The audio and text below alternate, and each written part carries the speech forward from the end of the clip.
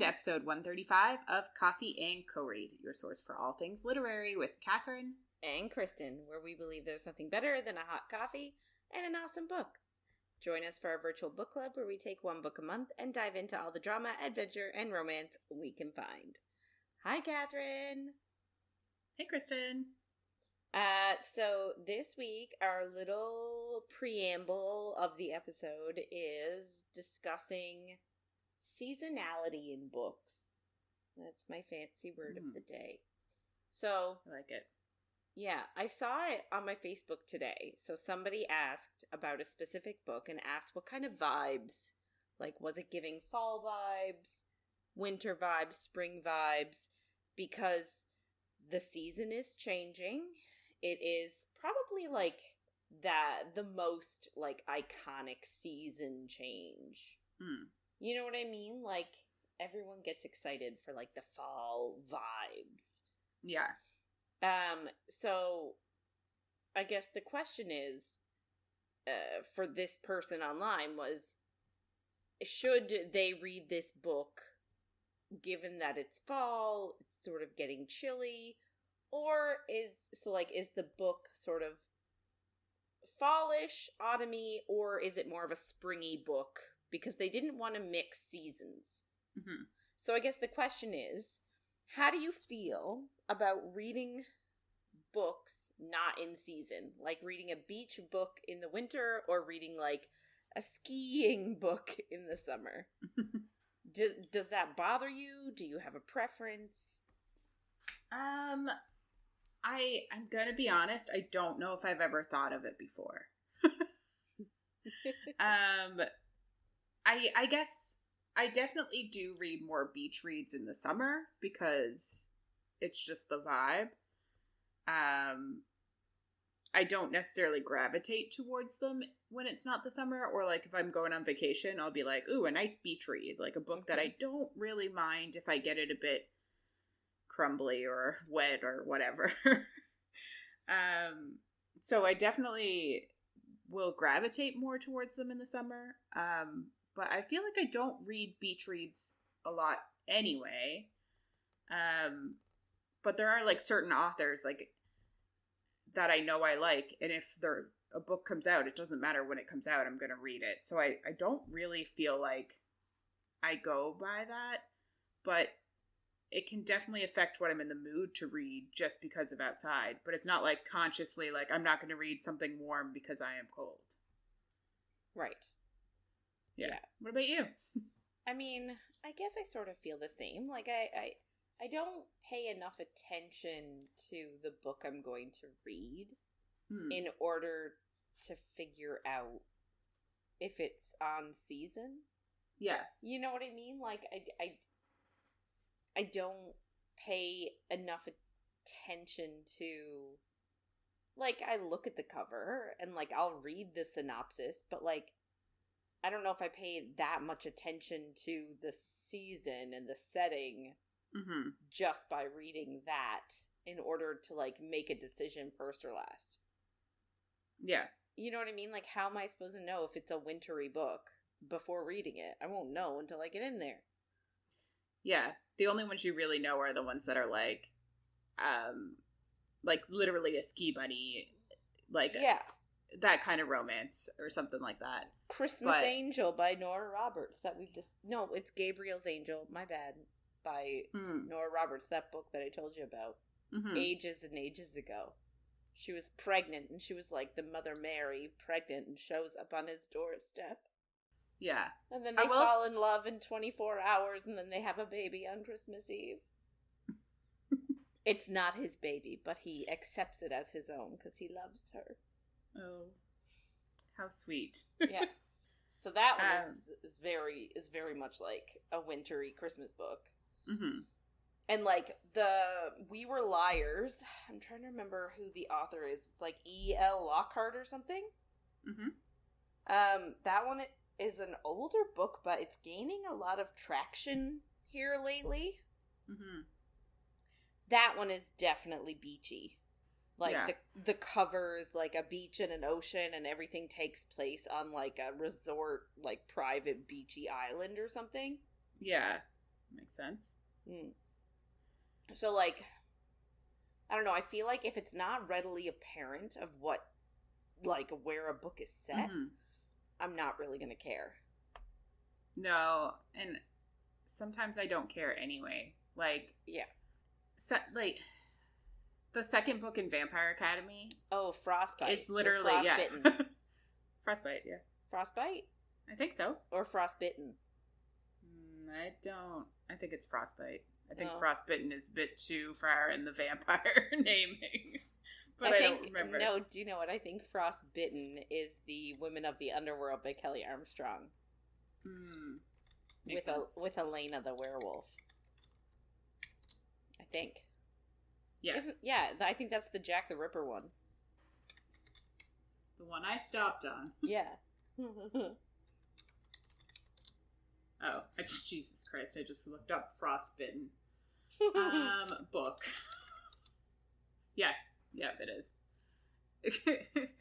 Stupid. It's so like, weird what my mind remembers. No, but the fact that it's Jack the Ripper the ghost haunting like a town and they have to solve the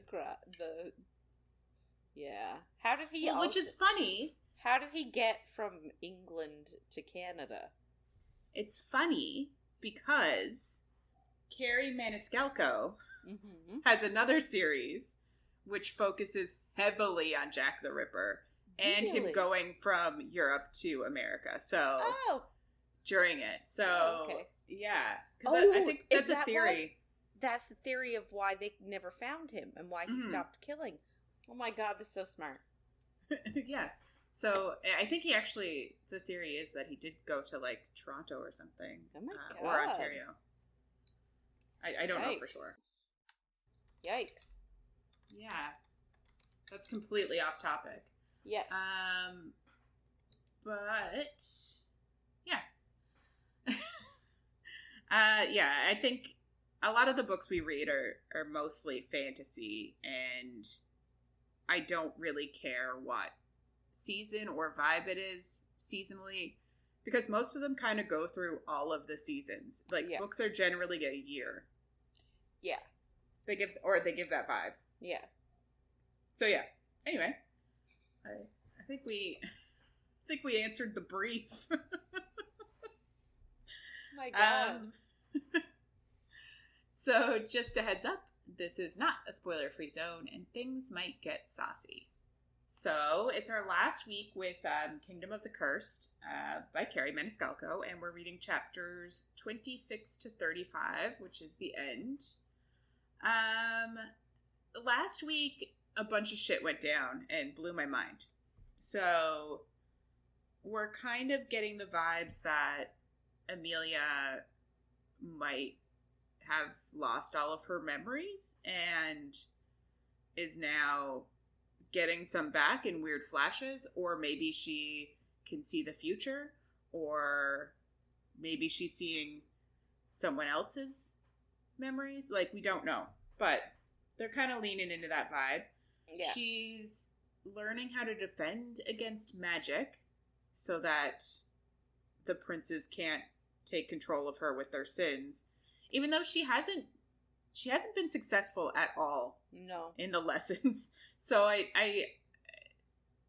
it's just more reason for there to be sexual tension between her and Wrath, those lessons. Somebody tried to kill her at some point. I don't know if that was last week or the week before. It was definitely last week. Yeah. So that's a big deal. She also plays around in the kitchen now. Yeah. Which she loves cooking and baking. Yeah. Very typical Italian woman. Yeah. Very stereotypical. But it's fine. And the week basically ended with Wrath is trying to... Oh, also she had her first orgasm last week. I guess that's a big deal. Woo! Ever. Her first orgasm ever. I need to look up how old she is again. I think she's 22 or 23, isn't she? Oh. Kingdom of the Wicked says she was 18. But yeah, so, and then last week ended with with Wrath doing a lesson of pride, and she, like, manipulated him, kind of, but I don't really know why she was doing it, but she was like, I guess, testing to see that, like, if things start to get sexual, he's such a big fan of consent that he, like, immediately takes away any power that he's using on her. And while they were up close and getting hot, she has a vivid memory of being at a ball and sneaking away and getting him off. So that's where we ended. And she thinks she might have understood another one of Rath's secrets, but she doesn't really know how it could be possible, but she's going to find out, is how it ended. So this week, we start off chapter 26, and it's been 2 days, and she's avoiding Rath. And the matron hasn't returned either. And she was kind of hoping that, like, the matron could also... She was going to ask her if she's the goddess's daughter? No. What is it? The mother? The first witch? The first witch. Crone? Yes. She was going to ask if she's the first witch. That's what she wanted to do last week. But she hasn't returned. But she's also hoping that she could give her a tonic to, like, unlock the truth inside of her about the visions / memories. Because she's like, if they're actually her memories, maybe she can give her something to remember them. She thinks that she can't really imagine Rath having hid that he knew her throughout the entire first book. But she does think, like, he also knew her name and where she lived before she told him. And she just thought that was because after the Viperidae attack, they were kind of in each other's minds. So she thinks, like, maybe she's actually seeing his memories with somebody else because of that connection that they had way back then. And maybe now it's manifesting. And I'm like, that seems possibly wrong too. But who knows? She basically is just, like, stewing and thinking of a million different theories. And she thinks, like, maybe Rath is Pride. And maybe she's the first witch and she was cursed to forget. And she's starting to, like, forget parts of the memory. So she actually doesn't know if it was Rath that she got off. She's like, maybe it was somebody else. And maybe it was one of the other princes. And if she dances with them at the feast that's coming up, it'll unlock more memories. So that's interesting. She thinks of the skull that said past, present, future, find. And she thought it meant the mirror. But it could be more, and it could relate to the prophecy, and setting right a terrible wrong. And it kind of goes back to in the first book. She thinks about when she was in Lust's influence. She had the impression of, like, a choice or a balance that she could damn everyone or make something right, but she didn't know what, and we don't know what. Right. And we didn't understand that whole situation. Right. So she wonders if there's something to do with that. And I'm like, I don't know what's happening. God, yeah, I know. She goes, like, way far back. And I'm like, can we just forget? Like, do you remember that time when she wears her cornicello or something? Remember that power she used to have where she could see auras? Yeah, but, like... It has nothing to do with anything, but I'm just like, hey, remember that and how that never comes up again? Yeah. And, like, would it work on demons? I don't know, but it never comes up again. Good. It's just like, okay. This, like, key aspect of the first book is just, it doesn't exist anymore. Yeah. It doesn't make any sense. It's fine. Everything's fine. So she keeps going back to thinking of the devil's slain bride, and she kind of wonders if falling in love is the key to everything. But she thinks, like, if that's the case, she needs to leave Wrath and fall for Pride. Ugh. Which is, like, talk about falling in love in 24 hours. Like... I don't know how she plans on doing that. Yeah, that's not really something you can force. But she does think, like, if Pride was the person that was in the memory, then maybe she'll just see Pride and the attraction will be undeniable. And she thinks, like, she could already be Pride's wife and just have to fall for him again. The curse did say it would take what he loved. So, like, that could be it. Like, maybe he did love the first witch's daughter, and then maybe the curse took that from him, and maybe that is her. Like, we're making a whole bunch of leaps, but we what are else is she making supposed to so do? many leaps. Harlow shows up, which is her attending person, who I said was maybe in on the murder plot, but I'm assuming she's not now. I think she's just helping out.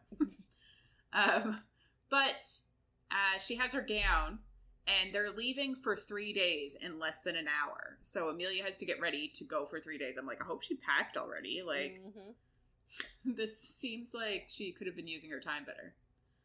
Or, I mean, maybe she's just relying on servants to pack for her. True, probably. Entitled now.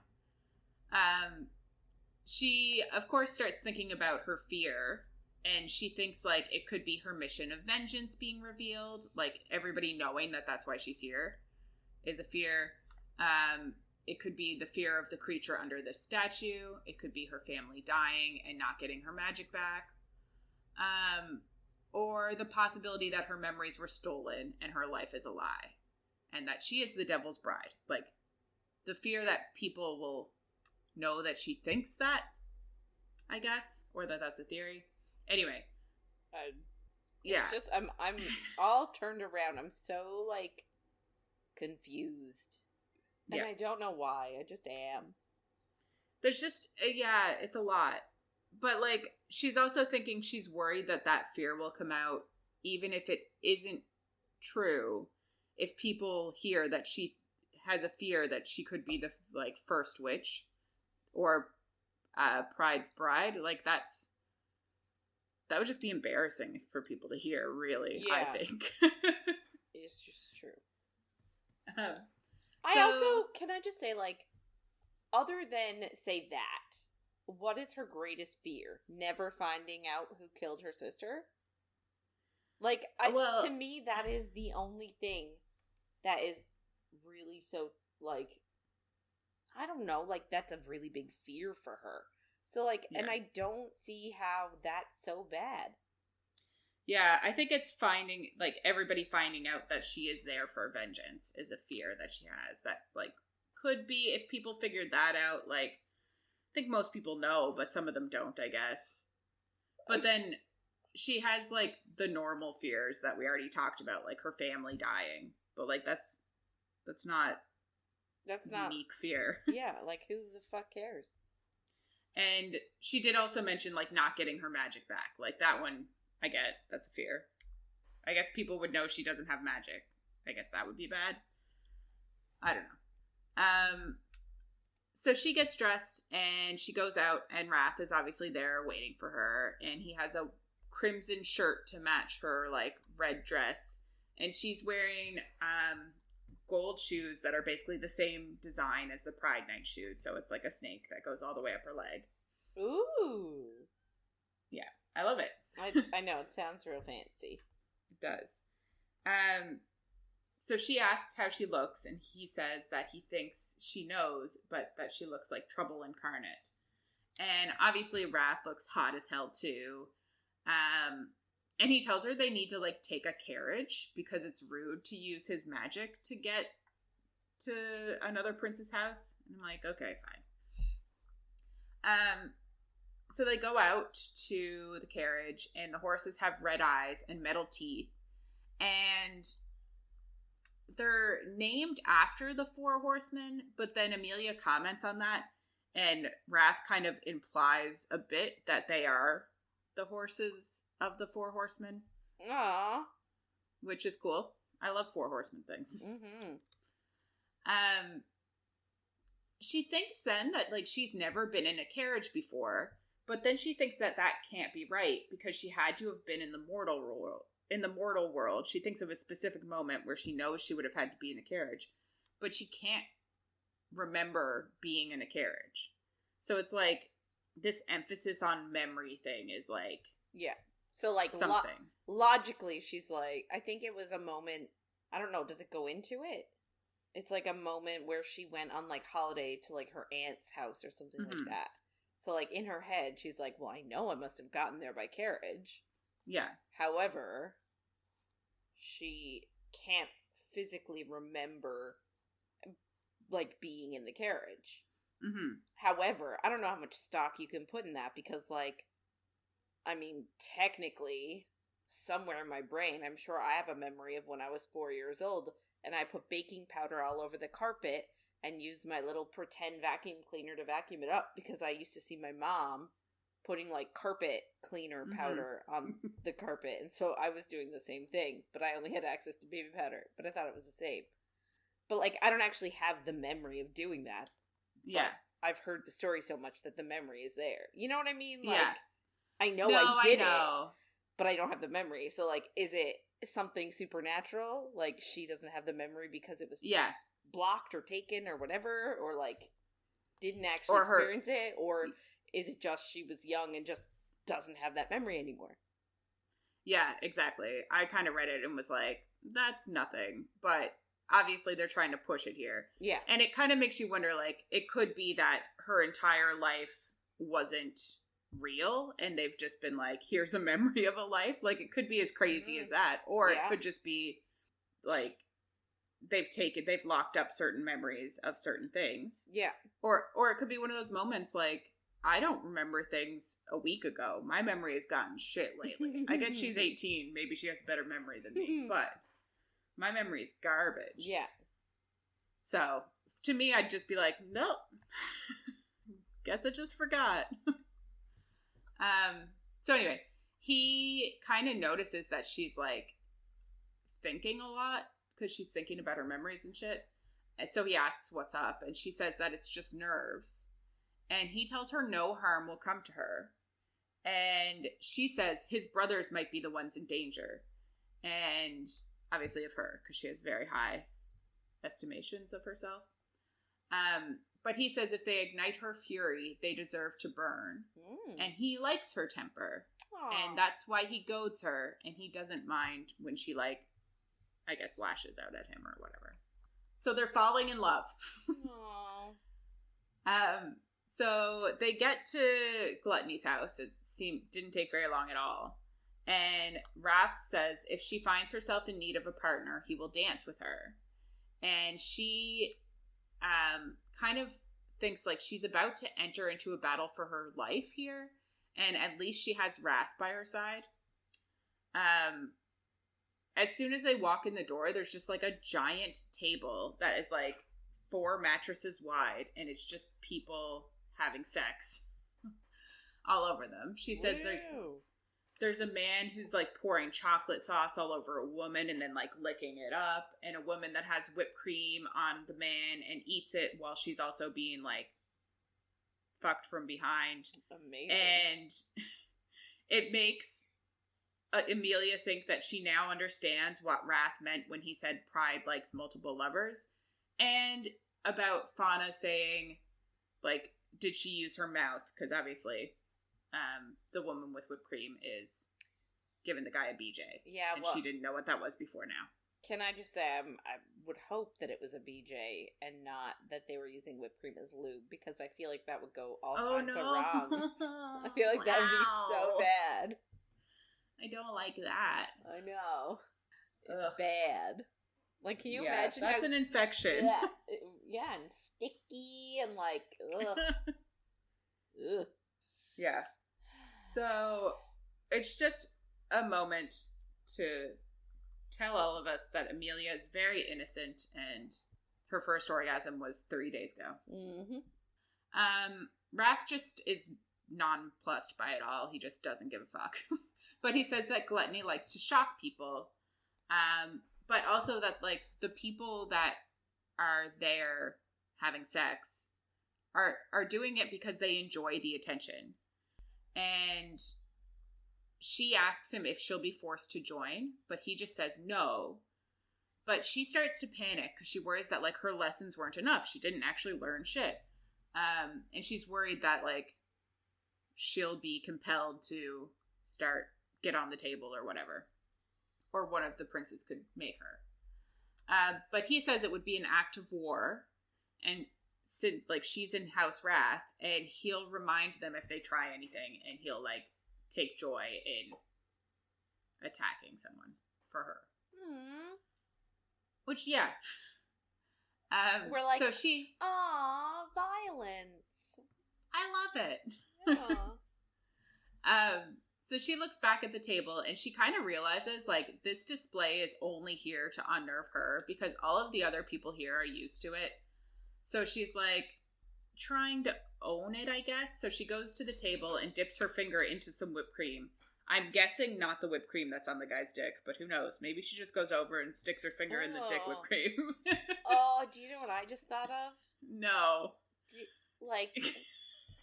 Do you want to know? Tell me. I was thinking, like, okay, so they had a bowl of whipped cream. No.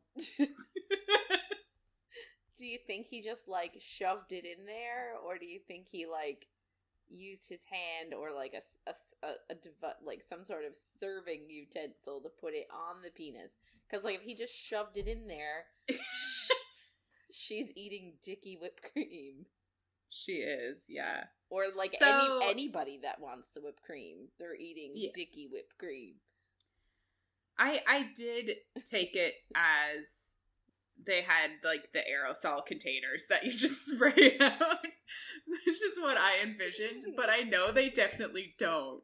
But I'm going to keep that envisioning in my head. I thought you were going to say, do you think he came in the whipped cream? Oh.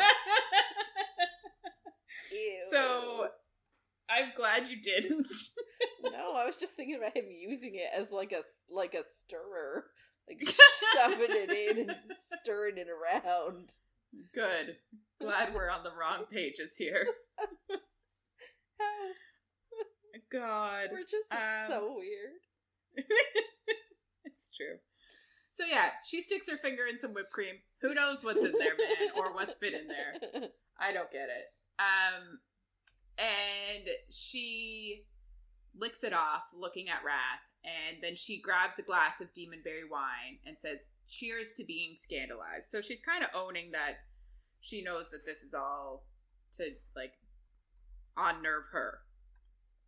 Right. They see Gluttony, and he has broad shoulders, large thighs, and a slim waist. And he's basically standing there with, like, his arms full of ladies, is what it said. But it turns out just to be 2 women. And I'm like, that's not full. You can fit, if you're broad-shouldered, you can fit more ladies in your arms to call your arms full of ladies than 2. Mm-hmm. It's not even that many. Anyway. So, and he's whispering and, like, nibbling their necks, and he introduces them as Drusilla and Lucinda, which immediately made me think of Cinderella, and I don't even know what the names of everyone, like, the sisters were completely in that, but I don't know. It just really gave me Cinderella vibes off those names. Wait, and I don't think they matter.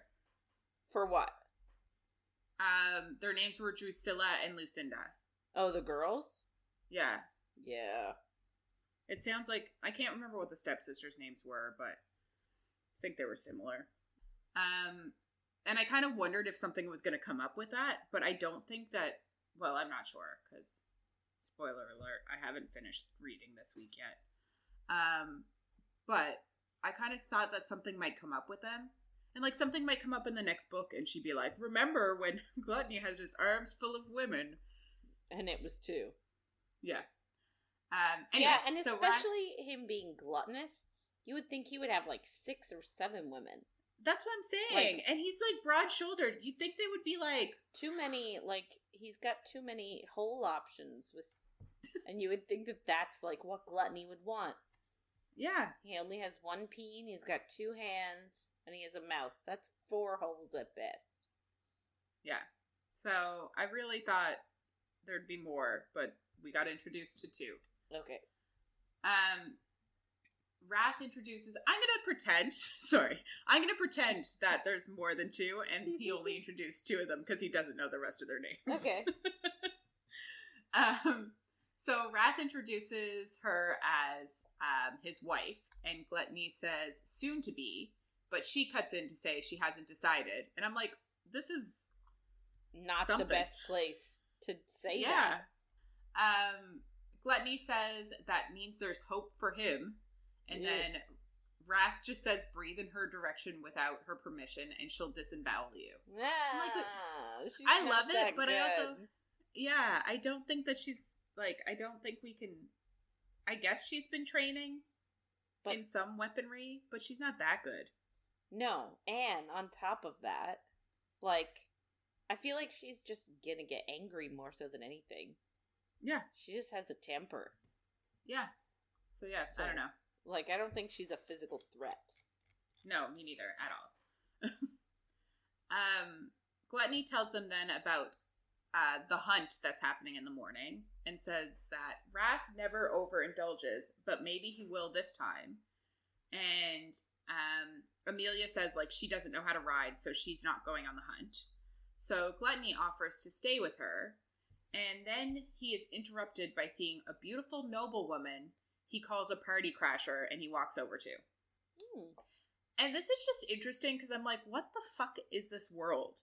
But Wrath says that the woman is a journalist who called Gluttony's last party perfectly ordinary and uninspired. And I'm like, why do they have journalists in hell? I don't understand. It's so weird. Like, I guess. Like, have you seen a newspaper? Because I haven't. Yeah. Like, just, anyway, so, Emilia can sense some sexual tension between them, though, so, like, there's those feelings, too. Wrath asks her if she wants to see the gardens or just go to her room, but she thinks that she wants to meet the other brothers, the other princes, and Wrath obviously recognizes that. And he tells her that Pride will show up at the masked ball, Sloth will, like, right before the fear ceremony, and Greed and Envy will be late. And he says Lust is likely already here, but just, like, going around. So she decides that she wants to see the gardens, and, like, they go out, and I can't remember if we've talked about the gardens already, but I think Fauna brought them up. But basically there's, like, little alcoves, and there's people fucking everywhere. I just, like, I mean, I get it. Like, Gluttony, like, you want more and more and more of everything. But it's just funny that it's, like, the main focus is sex. Of course it is, because she's so innocent. But yeah. So she asks Wrath if he's been here before, and he just says he always checks for threats when he comes here, so he always, like, goes around through the garden. And she kind of feels a bit jealous, but he also says a lot happens in the dark, and then Lust appears behind them, and he says he needs to talk with Wrath, and Wrath agrees, but he says he'll come see Emilia after. So she walks back to the start of the garden, I guess, and a servant takes her to her room. And Wrath doesn't show up, and she kind of worries that, like, Lust might have hurt him, because last time Lust and Wrath were together, Wrath stabbed Lust. And she's also worried that he could be with somebody else, and that makes her sad. She gets an invite at some point, and it says, Silverfrost Garden, Southeast Tower, Dawn, wear something to die for and come masked. And she knows it's not Wrath's writing, and she thinks it could be Gluttony, because, like, it's a thick stock paper, and it's very luxurious paper. And also, like, Gluttony knew she wasn't going to hunt tomorrow, so maybe it makes sense to be him. Yeah. So she kind of decides that she's going to go to the veranda overlooking the courtyard early to see what Gluttony is, like, up to. So she wants to kind of, like, I guess, be on the veranda looking down to, like, watch him show up to see her. So she tries to, like, hide in a shadow, and it immediately just does not work. And Gluttony just sees her first thing. And he says her strategy might work well to win the hunt, since everyone is leaving at dawn. And people rarely notice what's in front of them. And when he said that, I just immediately thought that she was going to be the prey for the hunt. Yeah. But that's not the case. I mean, it would be fun, though. Yeah. I was like, interesting. But he kind of explains, like, it's called the blood season, I guess the hunt, maybe, because the winner of the hunt can drink the elixir of life, which is blood. And I kind of assume that means they can become immortal, but I don't know. Right. And if a royal wins, they can choose a prize if at least 4 of the other princes are in favor of it. So the winner is decided by whoever draws first blood, and this year it's an ice dragon. Ooh! Whatever that is. I love a good ice dragon. Yeah. He tells her that she should join, but she says she can't ride. And he says sometimes our bodies recall what our minds do not. So, like, we're doubling down on this memory bullshit. Yeah. And also she didn't wear a mask. And he was like, you didn't wear a mask. And she was like, no. And he was like, I just wanted to see if you would do it because I told you to. So that was... See, I would have totally worn a mask. Me too. Always. So I'm like, this is some sort of clandestine meeting. So, like, we need to cover ourselves up. And then she's just like, nah, I didn't feel like it. Yeah. So weird. And, like, the whole thing is a masquerade ball. So, like, you'd just think that it would make sense. So she just, like, immediately runs to the stables and finds a horse waiting for her. And she gets on, and they just speed down the ice slope. And she feels like she's been here before. And she's actually going in, like, a different direction from the hunt. Because I was like, oh, she's going to go win the hunt now. She goes in a completely different direction. But she feels a memory pulling her forward. And they go to a field full of black flowers in the ice. And, like, they're, like, popping up. So she takes a handful of them and she puts them in a saddle pocket. And she ends up leaving, like, Gluttony's circle and ends up surrounded by guards that tell her to dismount and drop to her knees. She knows that is a terrible, like, if she does that, then she's fucked. So she just says that it's a mistake, and the leader of this group steps forward. And I was immediately like, this is the prince. This is the trope. This is the prince. But she says she demands to speak with the prince of this house, and he says he'll stab her.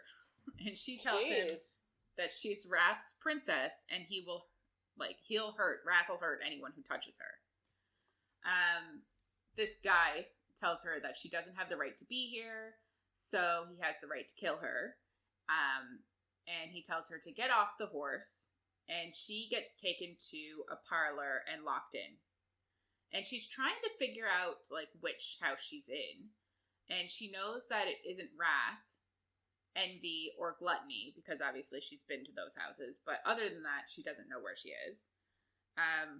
Basically, like, hours pass, and she's just sitting there. And I'm like, what is happening? I know. Why is this happening? It's such it's such an odd, like, moment, because, like, what comes of this? Well, I don't know, maybe something does, but, like, I just don't understand what's happening. So, yeah. They eventually are just like, okay, you can leave, and she still doesn't know which house she was in, and she doesn't know, like, she didn't see the prince at all of this house, and she thinks, well, I guess the prince is maybe at the feast thing days. Great. So anyway, we're like, okay, why? Yes, exactly. Why? So she gets on her horse and leaves, and Gluttony is waiting for her, like, when she gets back to the stable, to bring her to her room to get ready for the feast. And he says, like, we were gonna have to delay it if you took much longer. But he sees the flowers that she has, and he says that they're capable of knocking out royals, and asks what she's up to with them. And she just says nothing. But he just, like, gives them back to her and tells her princes fear it, and she says she'll put it to use. So that's interesting. There's an entire field of it. Yes. I'm like, okay. And now she has some, which I'm like, is she going to use this on somebody? I'm interested in that too. Yes. Did they say how they're dangerous or no? It just says that it knocks royals out. So I don't know how. I guess they just ingest a bit of it and they are knocked out. And maybe nothing else can knock them out. I don't really know. So she puts on like a beautiful beaded dress and a Wrath House mask. And she knows that the princes wear wolf masks, which is just interesting. And I don't know if there's a reason that comes up for that or not. But Wrath shows up and asks where she got her mask, which is just interesting because I don't know where she got her mask. And I don't know why this is a thing. Yeah. But okay. But he's like also just a bit awkward, and she's like, she wonders if it's because he didn't show up last night, and she wonders if he was with somebody, and she is jealous, and it's a whole thing, but they're not going to talk about it. She tells him a proper gentleman should comment on his date's beauty, not ask where she got the mask. And he just asks if he is her date, which is funny because, like, neither one of them wants to admit that there's feelings, but they're both, like, falling hard. She asks him what the plans are for tonight because obviously she's worried, but he says that she's going to enjoy dinner. So we jump right over to dinner, and she's sitting near Fauna, Wrath, Envy, and Sandra, I think is her name. But she's the girl that was like... a bitch? Yeah, exactly. I was trying to think of the word emissary, and I couldn't, but yeah, the bitch. The chef comes out to, like, introduce the theme of the meal, and it's fire and ice. And it does sound really cool, and we get a lot of descriptions of the food. But the first course is, like, a really nice salad, and in the middle is, like, a frozen orb, and when you crack it, dressing comes out of it. So it sounds cool. And she thinks it's a work of art. And then the second is a bacon fat candle that, like, you light, and then you can dip scallops in it, I think they said. What is this? Is this a recipe book? Like, what is happening? I know. Like, the first book had a lot of food things, too. So Yeah. I get it. Oh, my God. It's just interesting. Somebody should legit write a cookbook based on all this shit. Oh, yeah. Like, there should be a Kingdom of the Wicked cookbook, or even, like, just a book cookbook. Yeah. There are a few, like, for movies and stuff. Like, I don't know. I know. I did find a blog post that's, like, the bruschetta that Emilia made in the first book and the sangria that Victoria made. And I'm like, fair enough. That sounds yummy. I will keep that opened. So they're on their second course, and Envy asks a demon near him about the Stars of Seven, and that demon says everything points to the forest. And Wrath kind of cuts in and asks if Envy is still chasing fairy tales. And Envy says when he's the most powerful, will Wrath make fun of him still, or will he bow down to his new king? Ooh. And I'm just like, interesting. So we kind of get, obviously, that, like, the power dynamics change with the princes from that sentence, but Anir kind of explains more. And he says, like, the brothers accumulate power, so, like, they can change position. And Emilia asks if, like, the devil role can change. And Anir kind of just says no, but, like, it's not really explained well. I'm just like, I don't understand what. Like, it's very vague for some reason. I wonder why. Yeah.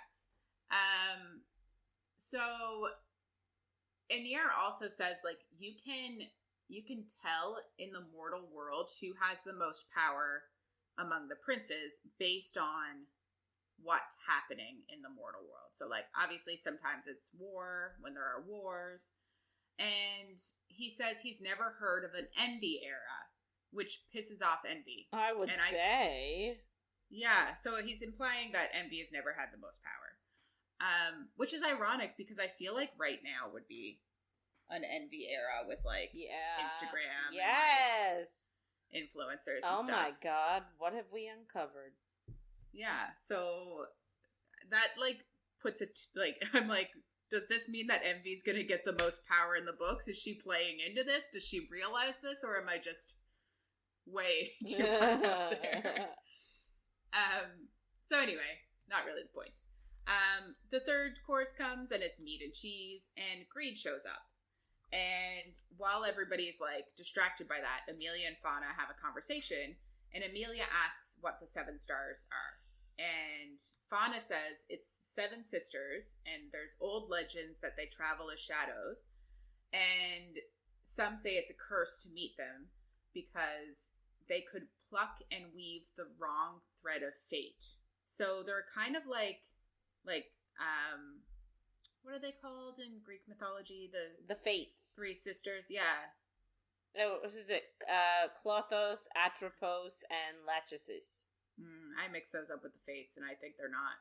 Are they? They're just... What? They can just... Those are the ones that Klothos weaves the thread. Okay. Atropos does something else with the thread, and then Lachesis cuts it. Okay, yes. Yeah, so it kind of gives that vibe. So there's 7 sisters that deal with fate. Right. So like they could, if you sought them out, they could fuck something up. So that's interesting. Emilia says if they weave the fates, they should know the past, and Fauna says yes. And Emilia wants to ask them about an object.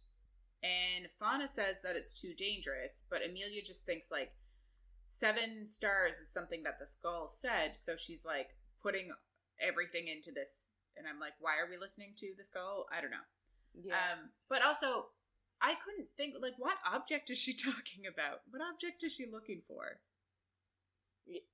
Like, I don't remember an object. I thought she was trying to figure out who killed her sister. Why are we on a different trail now? But isn't she, Oh, is she looking for the mirror to figure out the past? Because she's saying if she uses the mirror, then she doesn't have to marry anybody. She could just ask the mirror what's up, and the mirror would tell her. Yes, I guess. I just was like, why wouldn't you just ask the fates what happened to your sister? Why aren't you going to this forest and asking it about the past? Like, I felt like there were other options. But anyway, it doesn't matter. She's looking for the mirror, I guess. That makes sense. She kind of realizes that Envy said it and asked about it in this moment so that she would overhear it, because he also told her about the forest. So she knows he's like trying to push her to go there. Right. So she asks Fauna where the blood forest is, and Fauna says the fastest route there is through Pride Circle, if you were to leave from here. And Emilia just asks then if the devils arrived yet, and everybody just goes fucking silent and looks at her. And then the chef comes out and announces a creme brulee dessert that'll be like bruleed at their tables. Amazing. And we're just like, I'm glad someone cut the tension, because clearly she said something wrong. I guess maybe and everybody is calling him the devil not a bit like rude. I know. I felt, I was like, why would you say it like that, other than for like us to get this moment, obviously, because like obviously there's something that everybody knows that she doesn't, but we're not gonna get that yet. Wrath kind of stands up and he like asks her to dance with him tonight, and then all of the princes leave to go don their masks. Emilia and Fauna like go to the ballroom, and it's beautiful and indulgent, and there are desserts and like fruit and chocolate there, kind of like when Wrath did up his gluttony tests. But it's just like super indulgent room. There's also an ice dragon, like I think sculpture made out of something. So it makes Emilia ask who won the hunt, and Fauna's hunt, spooky season. Who won the hunt? But Fauna says that Wrath did. And which is interesting because like we haven't really got that from him, but I wonder what he's gonna choose. So like it kind of makes me think that like maybe he'll choose to make Emilia immortal, but we don't know that. Or like will he ask for them not to steal her secret? Which I feel like goes against the tradition, but who knows. Anyway, there are tryst rooms all around this ballroom. So her and Fauna walk around and there's just people having sex and they just are watching them. And obviously Emilia is like, holy shit. But Fauna's just like, Emilia says it looks like she's like taking notes of positions and what she wants to try, which is just funny. It's like a class. Yeah. There's like a hush to the crowd and 6 imposing people in wolf masks arrive and like everything is tense and like she can feel that like everybody has the instinct to shy away from them. Like they are powerful and they are like, it's one of those like dominating, like I don't know, all I can think about is like in werewolves specifically, I'll say, of like you have the leader of the pack and everybody else submits to them. Yeah, but it's not like, it's more biological because like white men have ruined the word alpha. So I don't really, but yeah. Okay. But it's like a biological response to like they feel like prey around predators. Your flight or fight? Yeah. Yeah. So everyone's pretty tense, and as they're walking in, she recognizes Wrath immediately. He's like the largest and most imposing prince, and I'm like, is that just in her head? Is that how she sees him? Or is he physically taller or wider or than everyone? Like, I don't know. And then they kind of like horde everybody to the middle.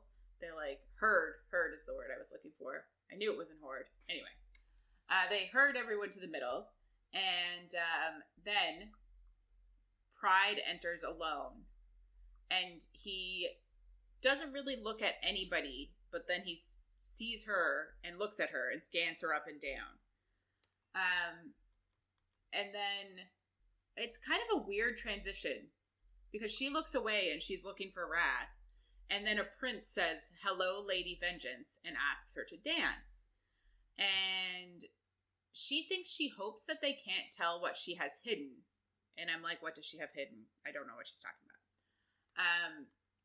And she's looking around for Wrath. And the prince, we get now that it's a prince, asks if she wanted someone else to ask her first. And then that she should dance with him because then it'll make the other person feel bad that they didn't ask her first. She agrees to dance, but she says that she has no ulterior motives. So they dance, and we get that it's Pride. It was just a weird way that it was presented, that it was Pride. It was like a secret until they told us. And you were like, which brother is it? And you were like, it can't be Wrath. And then anyway. But she wonders if, like, she's kind of dancing with him, waiting for her memories to click. And they don't. So she's like, well, maybe it wasn't Pride. Maybe I don't know what I'm talking about. So they kind of chat a bit, and he says that he can be terrifying, but she says not as much as someone she knows, and he says Wrath. And she kind of looks around again, and he says he isn't used to someone thinking of his brother while they're in his arms. And she just, like, laughs in his face, which I love, and calls him conceited, which obviously he's Pride. The dancing isn't as bad as she was worried about, which is, like, good and bad, because she was like, she doesn't want to make a fool of herself. She wants to be able to dance and get information, but also she was hoping that it would be her biggest fear, so clearly it's not. And I'm like, if you wanted it to be your biggest fear, you should have put more work into the, like, practice of it, or you should have figured out something else to be your biggest fear. Like, she really didn't do a good job. So yeah. She also says that, like, she asks him why Wrath is more serious than the rest of them. And he just says that it's in Wrath's nature because he excels at war and justice, and that is serious. So he is serious. And he says that they don't need to worry about the messiness of ruling with Wrath keeping everyone in check. They kind of do a turn in their dance, and she sees Wrath, and she thinks he looks jealous. And Pride, like, starts to slide his hand down her back to, like, make him more jealous. And she steps on his toes to be like, stop it. Aww. And, we just get that apparently, like, he kind of talks a bit more about Wrath being, like, the enactor of justice in this world. And apparently Wrath is the one who decides which mortals go to the prison of damnation, which is, like, the equivalent of hell. So she asks him where it is, but obviously he's not going to tell her. And she says that she thought that it was his role to, like, send people to hell. And he says, like, roles are worth changing, and that he likes to delegate. Oh. So that's interesting. But he's completely done with the conversation. So she said she thinks to herself that she's going to change course. So she like offers him her condolences and says she wouldn't wish losing someone you love on her worst enemy. And he says that she sees him and his brothers as her foes. So, like, that's a pleasure to hear that, like, she wouldn't wish that on him. Which is, like, kind of a not answer, but fine. I hate all these non-answers. Yeah. So frustrating. But that's what they do. Yeah. So then his mask slips a bit, and she can see his mouth, and there's a scar that goes through his lip. Oh. And she's seen it before. When? 5 seconds ago. So she, like, pulls him into an alcove, and he pulls off both of their masks, like, thinking that she's gonna make out with him. And I'm like, whoa, this is abrupt. Yes. But she says that his brother thinks he's debauched and too drunk on wine and lovers. And I don't really remember anybody saying that. And maybe I just glossed over it, but I don't remember that. No. Okay. But she says he was clearly leading his guards around this morning. Because that's who she ran into. And she asks why he held her in the palace for so long. Because we all want to know why. Because I don't understand it. And she asks if it was to stop her seeing how many guards he had. And she asks why he's hiding, like, behind pride and, like, debauchery. And letting his brothers think badly of him. And he says he really shows himself to others and that she should do the same. And she asks why he didn't show himself at the monastery. And he just says, like, why aren't you asking about the curse? Because he doesn't want to answer. And she says she already knows that her birth broke his curse. So there must be a reason he hid. Which, like, grates at his pride. And he says he wasn't hiding. He was just otherwise occupied. And she says, now for the fun. And he, like, goes to touch her thigh, and he just feels her dagger. And I'm kind of assuming that that's what she meant, that she was hiding on her person. But I don't know. Because, like, she's always wearing her dagger, so I don't know why she would be worried about that. But she tells him that it's her dagger. And she tells him then that she's going to cross his land twice with no interference from anyone. And that he will let her because she knows one of his secrets. And I was like, what the fuck does she mean she knows one of his secrets? What's one of his secrets that he, like... I don't know.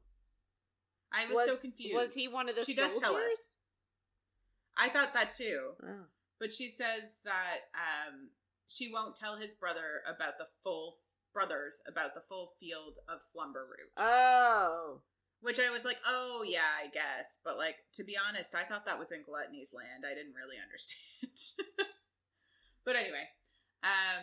he agrees, and he's suspicious of her, and she thinks rightfully so because he made a grievous error. And I'm like, she's going through his land to get to the forest. I just don't know why she thinks he made a grievous error. I just don't really understand, but I guess I'll get something at some point. even if it is until I read the third book. Mm-hmm. So she walks away, and Envy comes over to her and says, "Well played, Shadow Witch. 1 stone, 2 princes." I was like, what? What is happening? What are people talking about? I don't know anything anymore. I feel like I haven't even read this book. I feel like I don't know anything. I know. But anyway. But Envy says that he's there to collect her because it's time for her to feed them her biggest fear, and like he's starving or ravenous or something. We're like, hey. Yeah. Envy has come to collect, to bring her up on like the dais, like the stagey thing, to like steal her fear. Mm-hmm. And she's like looking in the crowd, searching for a friend, like searching for Fauna or Anir, and like even Wrath, but like she does see Fauna and Anir, but like Wrath is nowhere to be seen. No one. And she knows that like Anir and Fauna can not help her. Mm-hmm. So she's like stressing. Fair. And so Envy like brings her up to the dais, and like there's this blue-skinned, red-eyed demon holding a knife, and he's the master of ceremonies, and like she's like, and he just says like, we just need some blood to make the magic work. And like she's panicking. Of course. Because she's like, oh shit, oh shit, oh shit.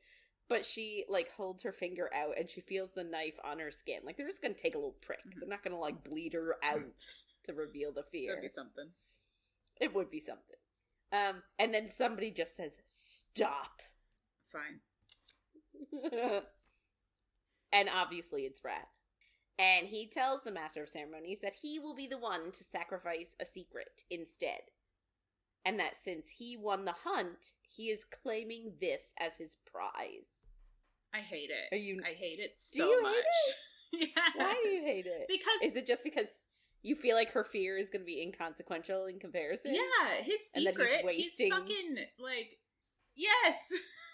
She's 18! How bad can her fear be? Yeah, you have a point. And he's gonna give away a secret. Like, he can't give away a secret. That's all the currency he has. Yeah. I get it. But I'm pissed about it. He's doing it for love. I don't like it. He's being chivalrous. I'm glad that what happens happens. I'll just say that. Okay. So the Master of Ceremonies tells him that, like, it'll be a great cost to substitute. Which Wrath is like, I'm aware. And I'm like, what kind of cost? Yeah. A financial cost? A blood cost? Words. A blood cost? Like, what is the cost? What does that mean? And Emilia doesn't really understand what Wrath is planning. She thinks he's got some, like, deep-seated thing going on, some, like, complex plan. But, like, she can't believe that he's offering a secret for her. And, like, she sort of leaps, again, we have another leaper here. Mm-hmm. She makes so many. That she understands that he's doing it for her, on her behalf. And she thinks to herself that, like, it's not a declaration of love, but it's close enough. What? The bar is on the floor? It's just... I just feel like, when did this happen?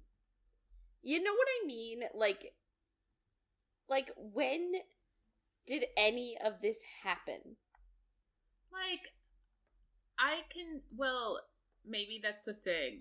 Like, we don't know what's going on with her memories and bullshit. So, like, I could believe that some of it is before as well. I get the feeling it's not. But we don't know. But it's just like, I guess he's always putting her first-ish. Yeah, I guess. It's just a matter of, like, she literally, like, what is the last interaction she had with him? When they were in the carriage, she was like, I'm nervous. And he was like, you have nothing to worry about. I'll make sure that you stay safe. And, like, they never really did talk about a plan for this whole... Which, like, they could have come up with something else. She should have been smarter. She should have come up with something before she even came to the feast. She knew she had to give away a fear. She should have, like, went to the matron of spells and been like, make me afraid of spiders. Or something that she's actually not afraid of. Because, like, if people found out she was afraid of spiders and she actually has a little fear of spiders and they sent a bunch of spiders after her, wouldn't be great. But you know what I mean? Or, like, afraid of sharks. They're not going to send sharks on dry land at you. Maybe. That's true. I don't know. I just feel like we could have come up with a plan before this moment. She even started coming up with the plan when she started talking about dancing. And I thought we were going to get somewhere there. And we just forgot about it. Yeah, I guess my issue is that she goes from, like, not trusting Wrath, not believing anything he says, and, like, sort of being like, well, I can't trust him because maybe he was with someone before, and, like, I want to be in love, and he's never gonna love me, and blah, blah, blah. Mm-hmm. And, like, it just seems like it was, like, yesterday that she was saying that, and now today she's like, oh, he kind of loves me. Well, I just think it's silly that she's so focused on the love part. And I know that's, like, I don't know. The human side. But, like, if your entire mission is vengeance, you kind of got to put love on the back seat for a bit. I guess maybe, is it impossible to divorce a demon prince? I don't know. You know what I mean? I mean, she was intending on doing with Pride. Well, yeah, I don't understand why it changed so much. That she was like, I'll marry Pride to figure shit out, but now that it's Wrath, she's like, nope, can't marry him. I'm like, it's the same thing. Yeah. Yeah. It's true. Don't get it. Anyway, I don't get it either. It feels very hot, cold and hot. Yeah. Which I guess you are when you're 18. I guess, if I married who I was with when I was 18, would not be good. Nope. I agree on that front. Okay, so Wrath, like, just wants to get it going. He's like, okay, come on, take my fear. But the MC is like, dude, you know that your brothers still need to vote on you taking this as your prize. And Pride then pipes up from the back that maybe, instead of a secret, someone can volunteer to bed the guest of honor. Which pisses Wrath off, because he's like, no way, stand back. It's like one of those, like, get back, she's mine. Yeah. But, like, Pride clarifies that he means Wrath should bed her, since, you know, like, they are betrothed, so why the heck not? Mm-hmm. And, like, Emilia sort of understands that, like, if they have sex, they'll essentially be married. And she looks at Pride, and he's, like, he seems okay about it. Like, he's not, like, projecting jealousy or, like, any sort of emotion. Like, he seems completely fine. So, it means that, like, she truly was never intended for him, and he doesn't really care. Yeah. Like, he never thought she would be with him. And, like, he doesn't care one way or another who she gets married to. Yeah, so you think that you could put some pieces together when you're leaping to conclusions at this point. But, like, what I don't understand is, when did she find out? Because then she thinks next, if her birth ended the devil's curse, what is going on with the brides? But when did we find out that her birth ended the devil's curse? I think that was part of, like, the prophecy. Does she know that? I guess she remembered it, and then she was like, can we call it confirmation when she talked to Pride and she said it and he didn't disagree? Like, I don't know. I guess she's just decided it's true and it's true. All right. It's not all right, but okay. It's what we're saying, it's all right. Yeah. But I guess, yeah, that's the thing. She's like, so if the devil's curse is over, then why are there a bunch of brides dying? Yeah. Like, why does he even need to take one? Like, what is happening? Well, yeah, that's everybody's question. I don't understand. Yeah. Guess what? I also don't understand. At the end of the book, still don't understand. Yeah. So, like, Wrath doesn't want to have sex with her. Like, I guess he's likening it to, like, forcing her with no consent. Yeah. And, like, I 100% just assumed that this was gonna definitely be public. I was like, ooh, interesting. Yeah, I know. It would have been really interesting. And also, that's where the reverse harem comes in. And the glass bedrooms. Yeah. Like, yes, please. I am here for that. Mm-hmm. So, like, Wrath is like, no, let's stick to the fear thing. And Gluttony's like, hang on, this is my party. And I'll cry if I want to. Yeah. But he's just like, no, you're right. Like, that fear thing is, like, antiquated and boring. And, like, I'm gonna switch it up. And he's gonna change the tradition. He says, you have two choices. You can have sex in one of the glass rooms. Or... And before he can give the other option, Emilia's like, we can go to Wrath's royal suite. Yeah. Yeah. And I'm just like, okay, girl, you do you. Like, get it. Although, like, how awkward can you imagine your first time having sex in front of, like, in a glass room? Oh, yeah. Like, that would be so traumatizing. Can I be honest and say that I would totally have sex in a glass room? Yeah, I probably would too. It's, like, in this scenario. Yeah. Yeah, in a world like this. Or even a world like we're in, but in a situation where it was loosey-goosey free. Voyeurism. Yeah. Not when I was a virgin and then there was blood everywhere, because that's awful. No. I mean, maybe if you, like, called it out first. By the way... Version right here. Let's put down some towels. It's gonna get messy. There might be a splash zone. Splash zone. Put on your ponchos. I like that. Thanks. Don't look too close if you don't want to get sprayed. Like, I don't know. Yeah. Well, that could be said about any sex. It's true. You're not wrong. Oh, God. And so... And back to our warning. So, like, Wrath is still really wants to do the fear thing, but, like, he needs to get votes. And now he's, I guess Emilia's, like, thinking he's definitely not going to get the votes now, like, when they can have us have sex instead. Even though they're not, sex is way better than fear. They're not going to see it, so I'm like, why do they care? Why are they accepting this? I don't know, actually. But Gluttony, like, just continues by saying, like, the fear sacrifice is off the table. Like, we're not doing that anymore. What? And all the brothers just want them to have sex now. Oh, you know what Wrath's fear would have been, though? Losing what? Emilia. Blech. Yeah.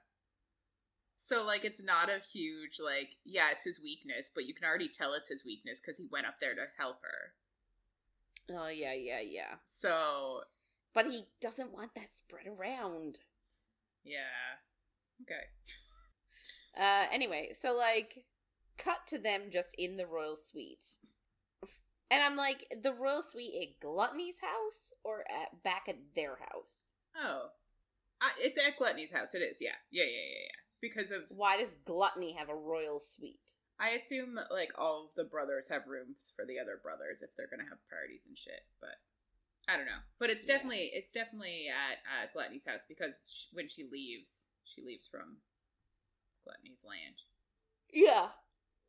But it is interesting, and you're like, so did Gluttony just give him his room because it's the royal suite? Why are we giving him so much preferential treatment? I wonder. So, like, the royal suite has champagne, has chocolate covered berries, and, like, Wrath is prowling around the room as if he's, like, cranky, like, meh, I don't want to be here. And Emilia's like, okay. And she says it like she's finally accepted that she wants this. And it just, like, okay, I think what bothers me is that we're not getting any inner thoughts about it. Mm-hmm. Like, she literally went from, I'm turned on by him, but I can never trust him, and, like, mm-hmm. I don't know if I can ever love him. I don't know if he can ever love me. And then now that's the last time she thought about their relationship. Yeah. Really. And now she's like, oh, well, I do want him. And it's just like, you didn't, like, think about it at all in between meeting him the first time and meeting him the second time. Like, and I know it's not the first, but, like, in between one encounter and another encounter, she doesn't have any time because she's doing so many things and trying to solve so many friggin' mysteries. It feels like she doesn't have time to, like, have some reflective moments. Well, and the author isn't really walking us through any reflective moments, is the big thing. Like, yeah, if we're in her head, you'd think we would get more of her thoughts, but we really don't. Yeah, it's not written in the way that, like, my brain works. Where, like, you're thinking about stuff, and when you change your mind, it's a process, and it's slow, and whatever.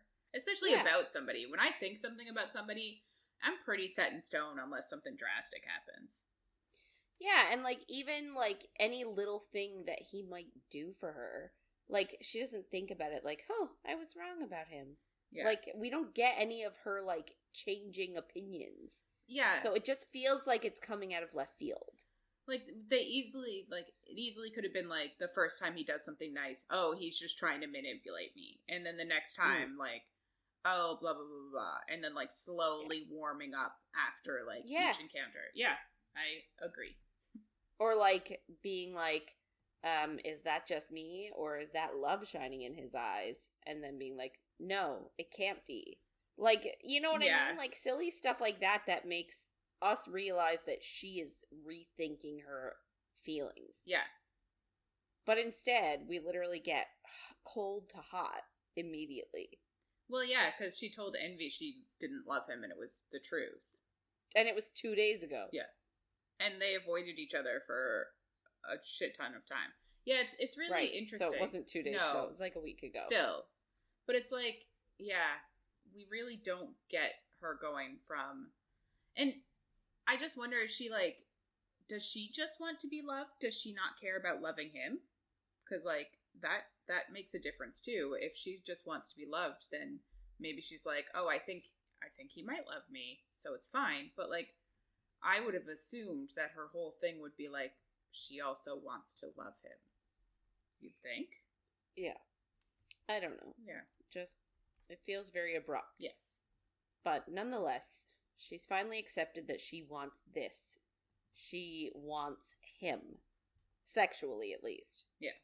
And that it isn't because they're in the underworld, and it isn't because of the bond. She just wants him. I mean, she doesn't really know, because she hasn't known him without having the bond. Yeah. So, like... And we all already know that she's always wanted him sexually, so, like, this is not surprising. No. So, Wrath keeps trying to convince her that they can go back and, like, still sacrifice a fear, and that his brothers definitely won't vote against him, like, no matter what they say, like, they're too scared of him. And he's like, I don't want to hurt you or force you or take away your choice or anything like that. Like, again, very big on the consent thing. Mm-hmm. And she tries to convince him that, like, this is her choice. Yeah. But he argues that her choosing the better of two options is not really a choice. And I'm like, that's valid, actually. Yes, it is, yeah. But it also reminds me of, like, when he accepted the bond, he didn't really have a choice either. It's like, I don't know. I feel like he's such a big guy on consent, but he doesn't care about his own. Yeah. And she doesn't care about his. No. Anyway. So she tells him that she does desire him and wants him, but she's like, but I guess by your actions, maybe you don't. Maybe you feel like your choice is being taken away and you don't want me. So she's like, it's fine. After I just said she doesn't care about his consent, she literally was like, I care about your consent. Yeah. But then she suggests that he visited someone else last night. And I'm like, was I asleep for this? Well, he just told her that he was going to come back to her room after he had a talk with Lust, and then he didn't come back. And she was like, what the fuck happened? And she was like, he was definitely with somebody because there's so much sex around, I guess. Right. Okay. He wasn't. No. So But yeah, she suggests that he visited someone else and assures him that he doesn't owe her anything. So, like, if he doesn't want to do this, they can easily go back downstairs and she can sacrifice a fear, and it's no big deal. It's not a big deal. Her fears are nothing. No. But then he gets all close and, like, he pushes his, like, hard peen against her. So, like, she knows that he wants her. But he tells her that he doesn't want any outside forces driving her to him. Yeah. And that when she comes to his bedroom, she will know who she's climbing into bed with and calling out his name. Which is interesting because she doesn't know his name. And she doesn't know who he is, really. No. But, like, she's said this a few times of, like, she doesn't want to, like, be having sex with him and screaming out wrath instead of his name. Right. I'm like, I don't think you necessarily need to scream someone's name out to have good sex, but okay. But I guess she's in the underworld, so it's not like she can scream out, "Oh my god." Good point. That's a good point. Yeah. Anyway, so she then sort of says to him, she was like, "By the way, your brothers only said that we had to have a tryst. They didn't say we had to have sex."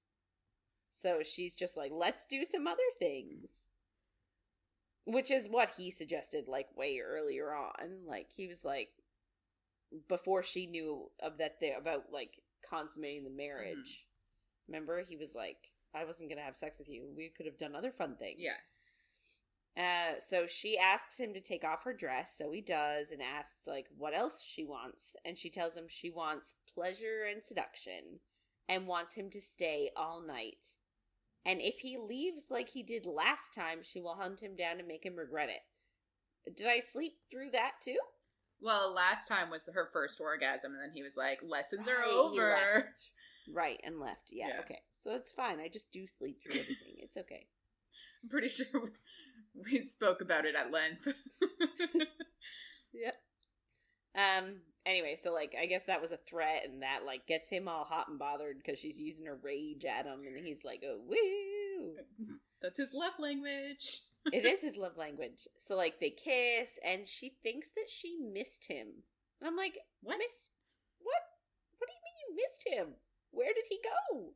Where did you go? I don't get it. Me neither. But it's fine. It's fine. They end up on the bed, and he asks for her consent once more before taking off the rest of her, like, underwear and stuff, and then he takes his shirt off, but leaves his pants on. It's a very important detail. So then he licks her out, and of course it's mind-blowing, and then when she's right on edge, he stops, which is no. You don't do that. No. But then he starts to dry hump her, and they both come. Him in his pants. Yeah. So, like, you know, at least he got off this time. Yeah, that's true. I just, like, so this is her second orgasm ever? Yeah. Cool. Well, did she, yeah, no, you're right. It is. I think that, like, after the first one with him, in the 2 days that she spent alone thinking about everything and the memories and stuff, you'd think that she would have taken some time. Maybe she did. Maybe she did. It's true. Maybe she did. I hope so. So, afterwards they're lying down and she shimmies against him. Like, they're like big spoon, little spoon. Mm. So she's like shimmying against him. I guess she could go again. And he gets like excited again. And he's like, "You shouldn't keep doing that." But she just keeps doing it, and then she commands that he take off his pants. And he just does. And I'm like, why would you feel comfortable leaving them on? They're full of semen. Yeah. Maybe he, like, cleaned them with his magic. Maybe. So, like, he's worried that he won't be able to keep control. Like, he might, you know, slip the tip in. Yeah. Just the tip. I don't know why that hit me so funny, but it did. It's true, though. Is it, like, does that count to consummate a marriage? Just slipping the tip in? Is that enough? Like, what are the rules? And is it the man needs to come? Because that's bullshit, too. That's true. So, like, what are the actual rules of consummating marriage? I don't know. Yeah. Guess we'll have to ask the underworld if just the tip works. Yeah. And is it just penetration? Does there need to be any orgasming? I assume there needs to be penetration at least. Yeah. Because, you know, it's not sex without a dick and a vagina. Right? Fuck. Gotta love the patriarchy. Right? It's definitely, it has to be, like, male completion is the actual, like, act of consummating a marriage. Yeah, like semen in a vagina. I don't want to look it up because... In the context of marriage, consummation means the actualization of marriage. It is the first act of sexual intercourse after marriage between a husband and wife. The definition usually refers to penile vaginal sexual penetration, and some religious doctrines hold an additional requirement that no contraception be used. Gross. Oh, in this sense, a marriage is consummated only if the conjugal act performed deposits semen in the vagina. There it is. Yeah, there it is. Thank you, Wikipedia. Well, that's not so bad. I wouldn't mind having a Wikipedia search. But, yeah. I didn't know what would come up if you Google that shit. Yeah, I don't think just the tip can. I can't. I hope in this demon world, it's when they both come. Like, I hope we're, like, progressive enough in the demon world that it is mutual satisfaction. Yeah, I agree. Anyway, so, like, he's worried that he won't be able to keep control if he takes his pants off, but he still does. Yeah. And, like, valid point, man. Like, if you're all turned on and there's nakedness, it's very easy. To just slip the tip in. To just slip it in. And, like, she wiggles against him again to tease him, and he asks if she would be content to be his wife for eternity. It sort of kills the mood for her a little bit. I don't know why, though, because, like, she's like, I want this. And then he's like, will you be my wife? And she's like, So, like, she doesn't know how to answer the question, so she gets up and she offers him a drink. And so she goes to the champagne and thinks that this opportunity is too good to pass up. And that she made a promise before she even knew Wrath. And even though her heart was breaking, she sprinkles something in his glass. And can I just say what else was really gross? So she puts the champagne in 2 glasses, sprinkles whatever in his glass, then puts in some of the fruit, the chocolate-covered fruit, to mask sort of the extra bubbles from drugging his drink. And I'm like, why would you drink champagne with, like, chocolatey, melty bits? It just sounds gross. It doesn't sound good. Like, if it was a plain strawberry, sure. Yes. But the chocolate doesn't sound good. Mm-mm. Anyway. But this is... Sorry, but this is also what she had in her dress. When she was dancing with Pride, she was like, I hope he can't tell what's in my dress. Because I was like, is it the knife? I was so confused when I first read it. Yeah, she brought it. So she brought her dress over to the table. I feel like she was pretending to sort of, like, hold it over. Like, hold it up to her body. Yeah. As an excuse to bring the pocket over and she could slip it in. And so she brings the drinks back to him and thinks that in another life she could happily kiss him for eternity. So she's really changed her tune here. So they cheers and they take sips of the champagne, and after one sip, Wrath goes sluggish and passes out. I think he just downs it all. I didn't think he did, but whatever. Yeah, because I was like, oh, fun. He's a fun time. Yeah. I just am like, logistically understand what she's doing, but I'm also like, why? Yeah. Seems silly. Agreed. Well, I guess I do sort of get it, though, and I'll tell you why in a bit. Okay. So, like, she races out of her room. She races to her room. So, to her room at Gluttony's house. Yeah. And dresses in the fur-lined pants and a sweater and boots and slips out through the servants' stairs. And she's like, there's nobody around because everybody is still up at the party. And she sneaks out through the kitchen to the stable and saddles up Tansy, her horse, who she has this, like, deep bond with after, like, 45 seconds. Yeah. And tells her that she needs to take her to House Pride. They're going to the Bloodwood Forest. Also, she made this deal with Pride 5 seconds ago. Like, how did he tell his guards not to do anything? I feel like it's a magic-y thing. Like, extending the invitation. I feel like it's a magic problem. Okay. Like, they've spoken the words, so... Yeah, okay. The alarm won't go off. I'll buy that. But this is why I feel like she put him to sleep. Because if she told him she was going to the Bloodwood Forest, there's no way he would let her go alone. And he doesn't have permission to cross Pride's lands. Yeah, So, like, she would have to wait. And she doesn't like doing that. I know, I just feel like, maybe tomorrow he'll have business with his brothers and she can just go then. Be like, I'm gonna fancy a walk. And then just get on the horse and go. Could be. Anyway, I just was like, you're burning this bridge. And, like, she even says, like, it breaks her heart. And she knows he's never going to trust her. And he's going to be so mad. Not that I think any of that happens. But it just feels like she's burning a bridge. And I'm like, I feel like you could have outsmarted him in some other way. Yeah. But anyway. So she needs to hurry. Because she gave Wrath, actually, Slumber Root.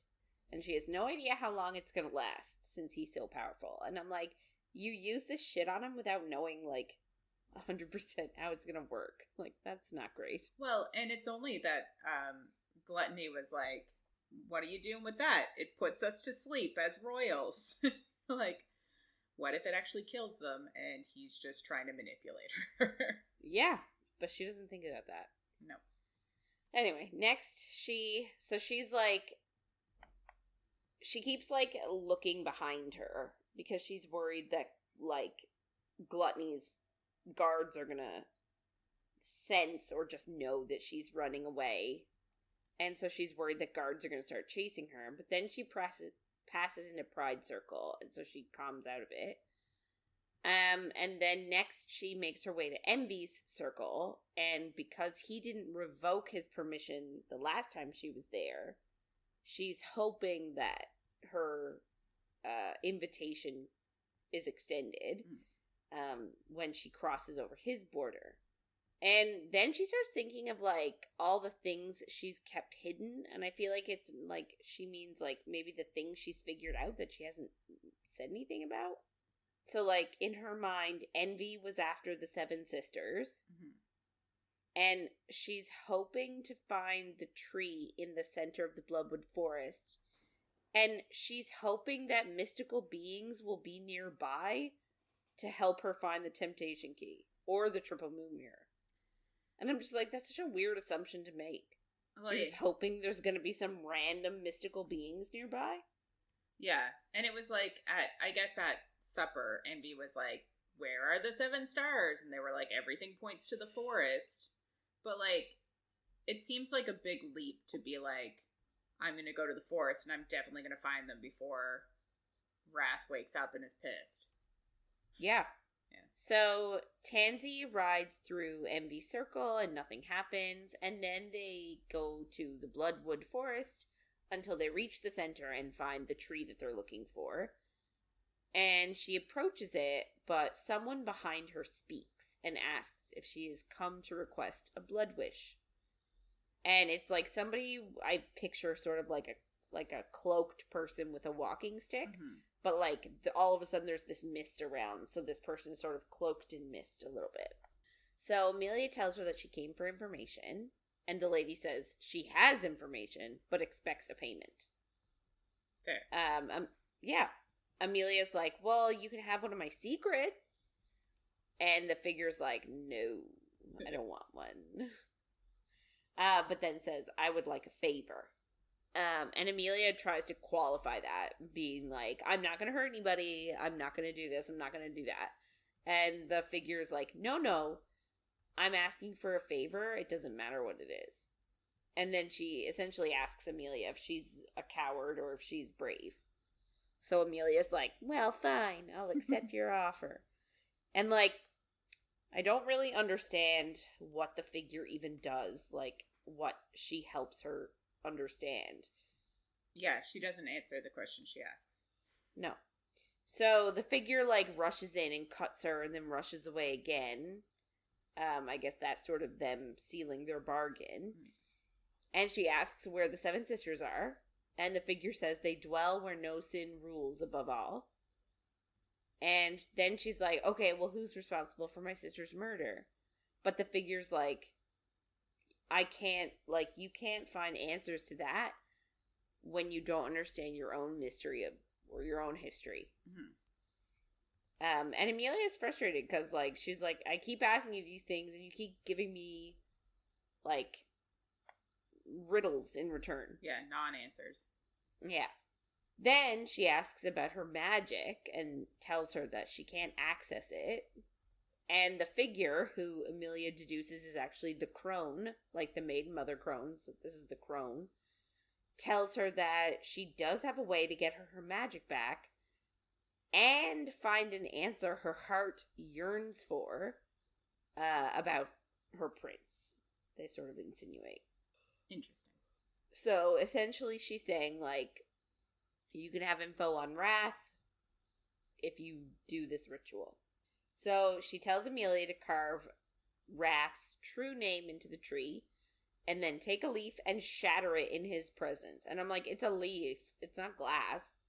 How are you going to shatter it? I know, but the leaves in this, like, we already heard that the leaves of this tree could curse somebody if, like, I don't know. We heard about the shattering leaves. It doesn't really make sense. I guess. So Emilia knows that, like, if she guesses Wrath's true name and guesses wrong, she's gonna die. But the crone tells her that she knows who Wrath is, but she's afraid to confront it because they're so similar, and maybe it isn't his truth she's afraid of, but her own. And a part of me is just like, what's his truth that I just don't.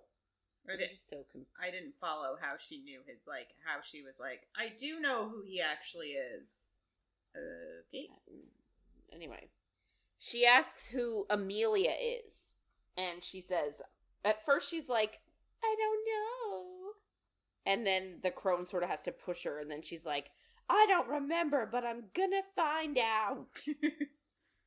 So then she carves Wrath's true name into the tree. So again, if she gets this wrong, she dead.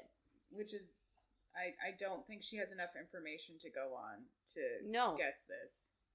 Especially considering how many other names exist in the world. Yeah. There's so many. But she's being brave. So she gets back to Wrath's palace. And I'm like, why are you going back to Wrath's palace? Everybody is at Gluttony's palace. But no, why? They're not. But apparently. This is what I mean. No, they're not. Why? Why is Wrath? I don't know. The feast. How long did it take her to go to the forest? Like, was this like a night? Yeah, it was in the span of a night. She was still back before light the next day. Yeah, it makes no sense. So just anyway. So she looks for Wrath everywhere, but like she finally finds him. So like she checks his room, the library, her room. And she's about to look, like, outside, but decides to cut through the kitchen. And he's in there just making himself girl dinner. I know. Wrath loves a girl dinner. Yeah. He's making himself some cheese and crackers. I love a girl dinner. Like, I think he's cutting up some veg. Mm-hmm. So he's straight up having girl dinner. And he seems slightly pissed about being drugged. But not pissed enough. I know. He's very laissez-faire. Like, very like, it's fine. But he assumes that she drugged him because she didn't want to have sexy times anymore. Even though everything points to him being like, consent is key. Yeah. But she reassures him that it had nothing to do with him. And he 100% just does not believe her. But then she tells him that she visited the cursed tree and she made a deal with the crone and carved his true name into the tree. And he's like terrified. He's like, what? We'll go back to the tree and try and change the deal with the crone. Like, it's okay. Just be careful. Like, I've got you. So, like, all of that anger at being drugged is gone. Yeah. Because he's worried about her. That's his biggest fear. So, instead of, like, letting him coddle her, I guess, she just pulls the leaf out and tells him that she knows who he is, and then she smashes the leaf. By tipping over a table, which I found excessive. And ruining his girl dinner. Yes! How, like, why? Why did she have to ruin his girl dinner? Why does she ruin everything? But can you imagine how funny it would have been if she just died? So he grabs her in his arms to try and protect her. Because he doesn't think that she's gonna know his true name. Yeah. But obviously she's fine. But also, what would that do?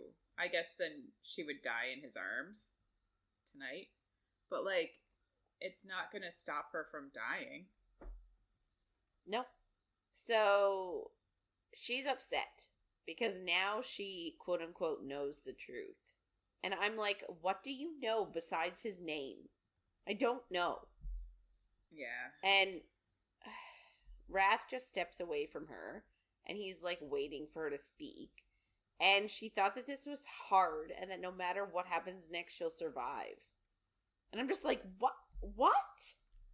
Like, what is happening? I feel like we were transported into a different book.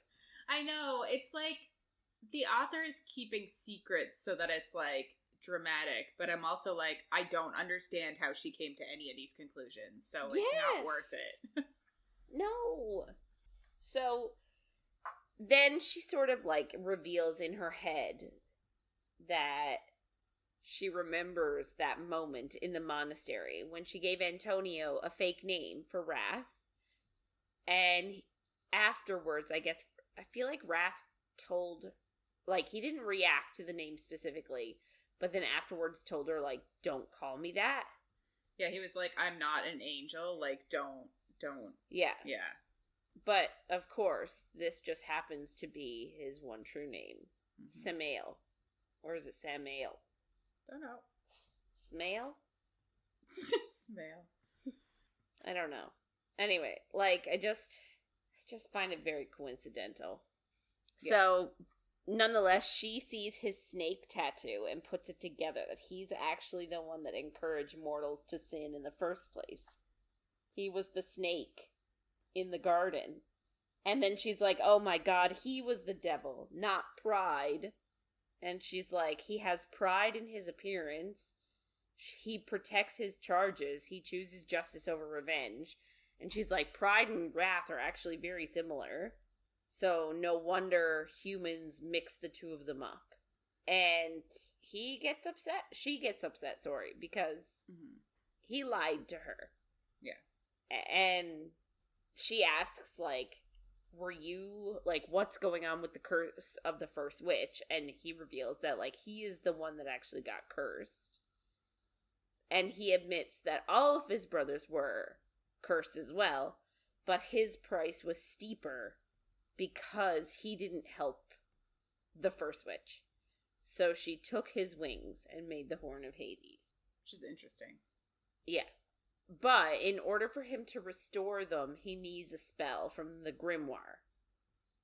So he can't just, like, magic them out of the amulets and onto his back. Mm-hmm. So he asks how she's feeling then, because he knows she is pissed. But also she's confused because everyone assumes that Pride is the king of hell. Mm. And Wrath tells her that, like, actually, because Pride is such a jackass, he's never going to deny being king. Mm. So, like, if you tell him he's going to be king, he's going to have too much pride to say no. Yeah.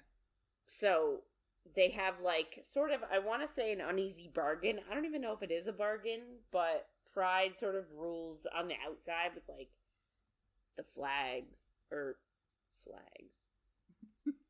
Why is that the first thing I think of when I think of, like, ruling a kingdom? I think of hoisting the flag. The pride flag. Yeah. I didn't even think that through, but I love it. Anyway, so, like, Pride sort of rules in public, while Wrath rules in the shadows. and he thinks can actually get stuff done. Yeah. And she can't believe that he's the devil. And how stupid does she feel for asking when the devil's going to show up at the supper? Yep. Which is why I feel like everybody looked. Well, yeah. Ugh. Awful. Yeah.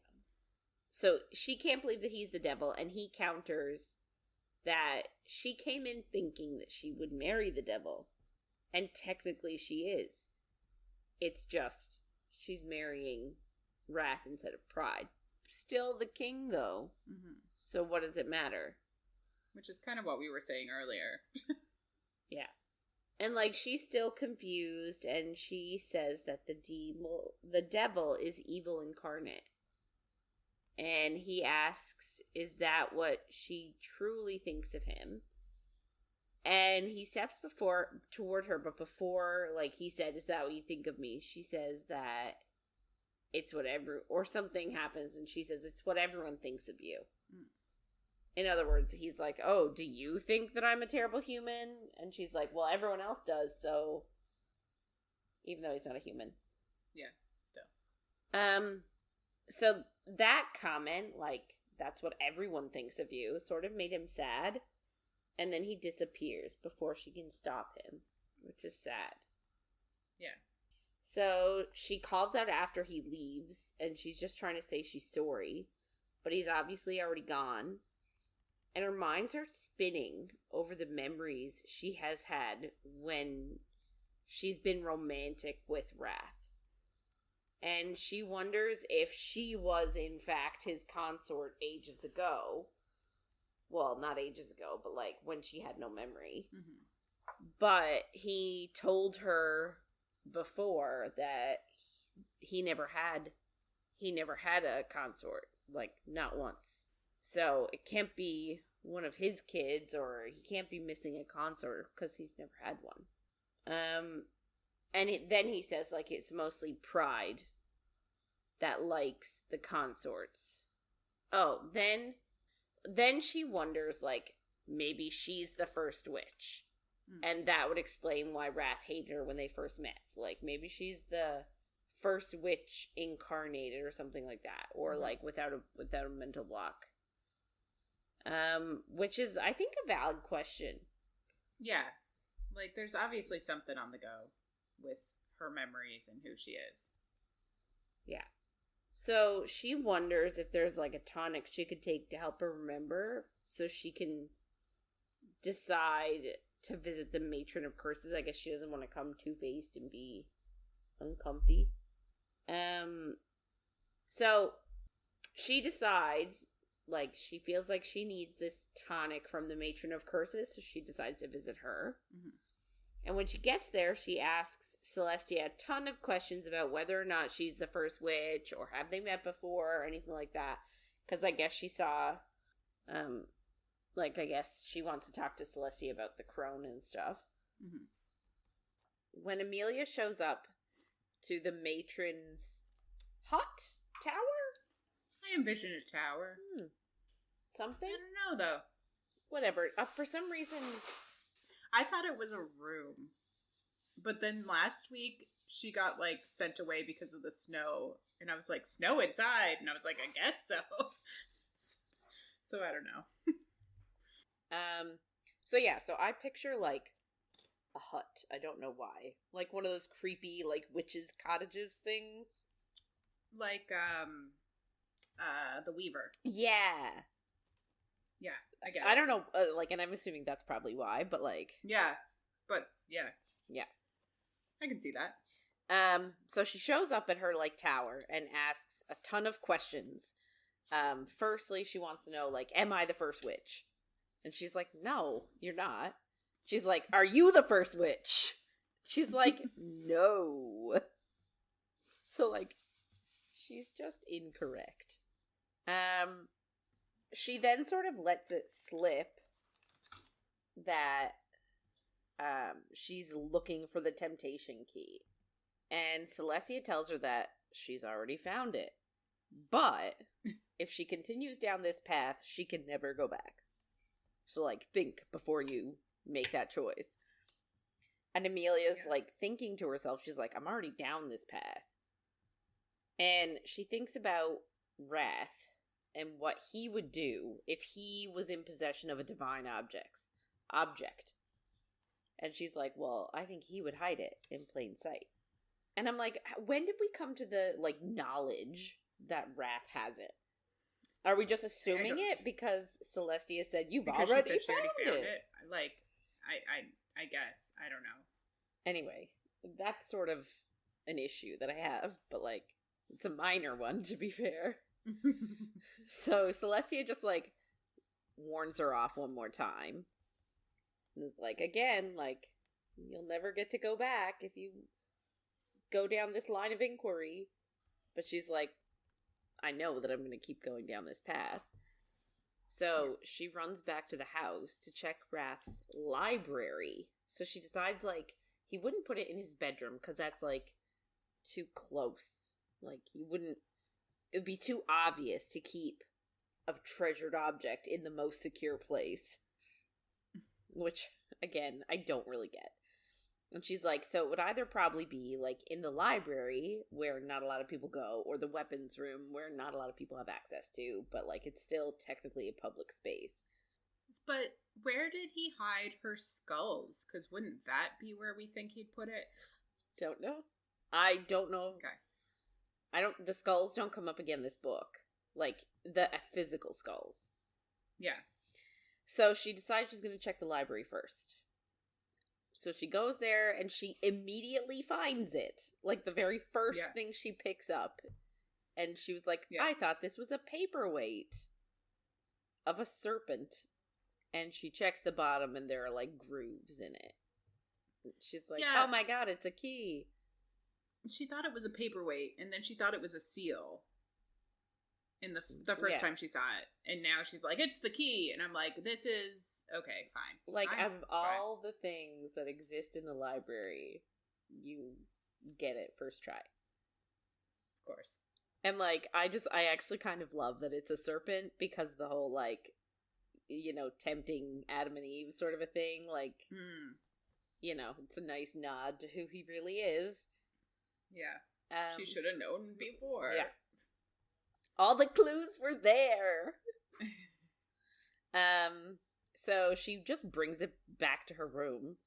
And she starts, like, trying to think of... She just starts trying to put the clues together, a.k.a., like, the two skulls. Like, the little riddles.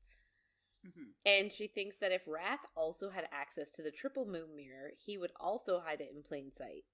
Because he can't tell her about the curse, so he has to, like... subtly be influencing her and like giving her the tools that she needs without being in the way. Yeah, which is like interesting that she's like, oh, he's trying to help me, and I'm just like, do you know that? Are we sure that's what's happening? Like, why do we think that? I don't know. So she thinks about the hand mirror that he left for her and was like, such a thoughtful thing for him to do. Maybe there's like something to it. Maybe he's trying to like give her the mirror instead. So she tries to use the temptation key on it, but it doesn't work. Yeah. And it's funny because you did say, what if this hand mirror, when we were reading it, you were like, what if the hand mirror is it? Mm-hmm. You're on the same page. Me and Emilia. Sorry. Anyway, so she goes back to the riddles again and finally puts it together that the 7 sisters are the 7 stars in the riddle. Mm-hmm. And the crone actually hinted at the answer when she was visiting the tree about where the 7 sisters are. Mm-hmm. So apparently they're in the sin corridor. Yeah, which I would never have guessed. But she was like, whatever she said was like, where no sin rules above all. Yeah. So she's like, oh, the sin corridor, everybody is even. And she thinks that that's where the sisters are, and they must have the mirror, which is why they keep moving through the realm. And I'm like, again, these are leaps and bounds that you are making. Why? Yeah, I don't know. So she dresses in warm clothes, grabs some supplies, and walks towards the mountain that she needs to pass. And, like, The way it's described is it's not really a mountain on her side, if that makes sense. It's like almost like a little incline, but then the other side is a big old mountain. Yeah. So she just like goes up the little incline and then she slides all the way down the other side of the mountain. Like, whee! Fair. Yeah, it's interesting. Yeah. Because, like, before she just went through a door and was like, we're here. Yeah. Obviously, you can't do that this time because your magical companion is not with you, and I don't know why. Yeah. So, she feels like she remembers seeing women knitting with bones, like, but then she's like, I'm hallucinating because I'm so cold. Like the first time she went through, which I don't remember them telling us about. I don't remember it either. I was like, I guess it was a hallucination in passing. Like, maybe she was just like, I'm hallucinating. I don't remember her saying it. So she feels like because they showed themselves, they were making themselves known to her and being like, here we are, come find us. So that's her philosophy here. Like, so she passes a tree and sees carved into it the Roman numeral 7. 511. V11. VII. Aye, Captain. So she initially, like, can't find a way to activate the tree, and she's, like, scraping and hurting herself. But finally she, like, bleeds and is like, oh, maybe this'll work, and puts that on the Roman numeral. And it opens the door in the tree. Just opens. And, like, she gets down the stairs. Inside the trunk of the tree, there's, like, a staircase that she goes down. And she doesn't feel like she's going to be harmed at all. It feels like a very peaceful place. And she finally finds the mirror, surrounded by 7 ghostly figures who just flicker away. They're like, oh, look, we did our job. Goodbye. Yeah. I'm like, I don't think they changed any threads here. No, like, what was the purpose of them? I don't know. Anyway. Then Celestia walks on out and, like, reveals herself and offers her one last chance to walk away. And it's like, okay, we get it. Yeah. You've offered her chances. She's saying no. It'd be a pretty boring third book if she walks away. Yeah. But, like, Emilia's like, I can't. I need to know what happened to my sister. And, like, I feel like Celestia's sort of, like, not thinking to herself, but sort of projecting, but not saying it, that, like, her thirst for vengeance and, like, revenge is causing a problem. Mm. You know what I mean? Like, if she could just drop this and let it go, then her and Wrath could be happy and, like, live out their days and, like, it would be fine. Yeah. Or something. And, like, you know what I mean? Yeah, and if she continues down, like, it very much is like, you're not gonna like what you find out. So, Emilia deduces that Celestia is actually the crone. Like, the maiden mother and crone. She's the crone. Who she already saw in the forest. Yeah. So, like, okay. So, like, she's the one that, like, made her that deal. And then she's like, I'm gonna call in my favor that she owes her. And she says, after you use the mirror, I want my spellbook back. That's all she wants, her spellbook.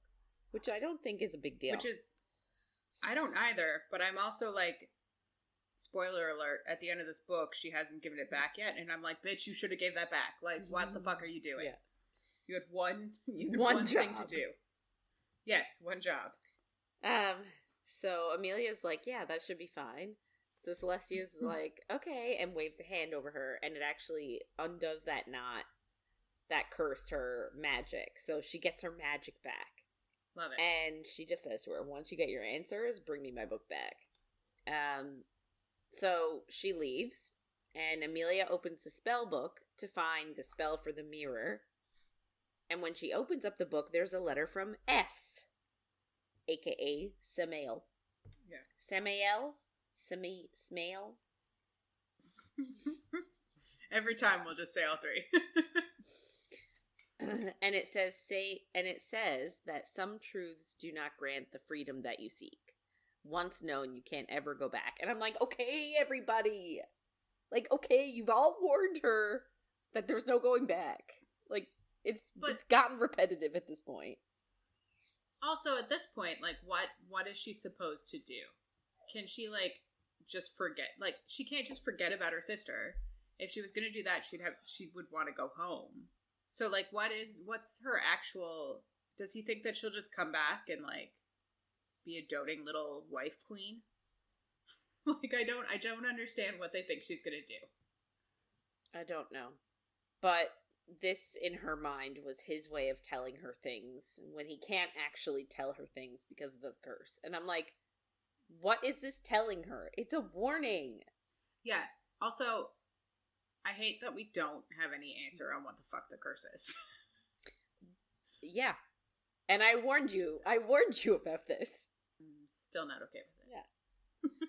So, she thinks about how she truly appreciates Wrath and that he's not actually evil, but he's, like, the balance.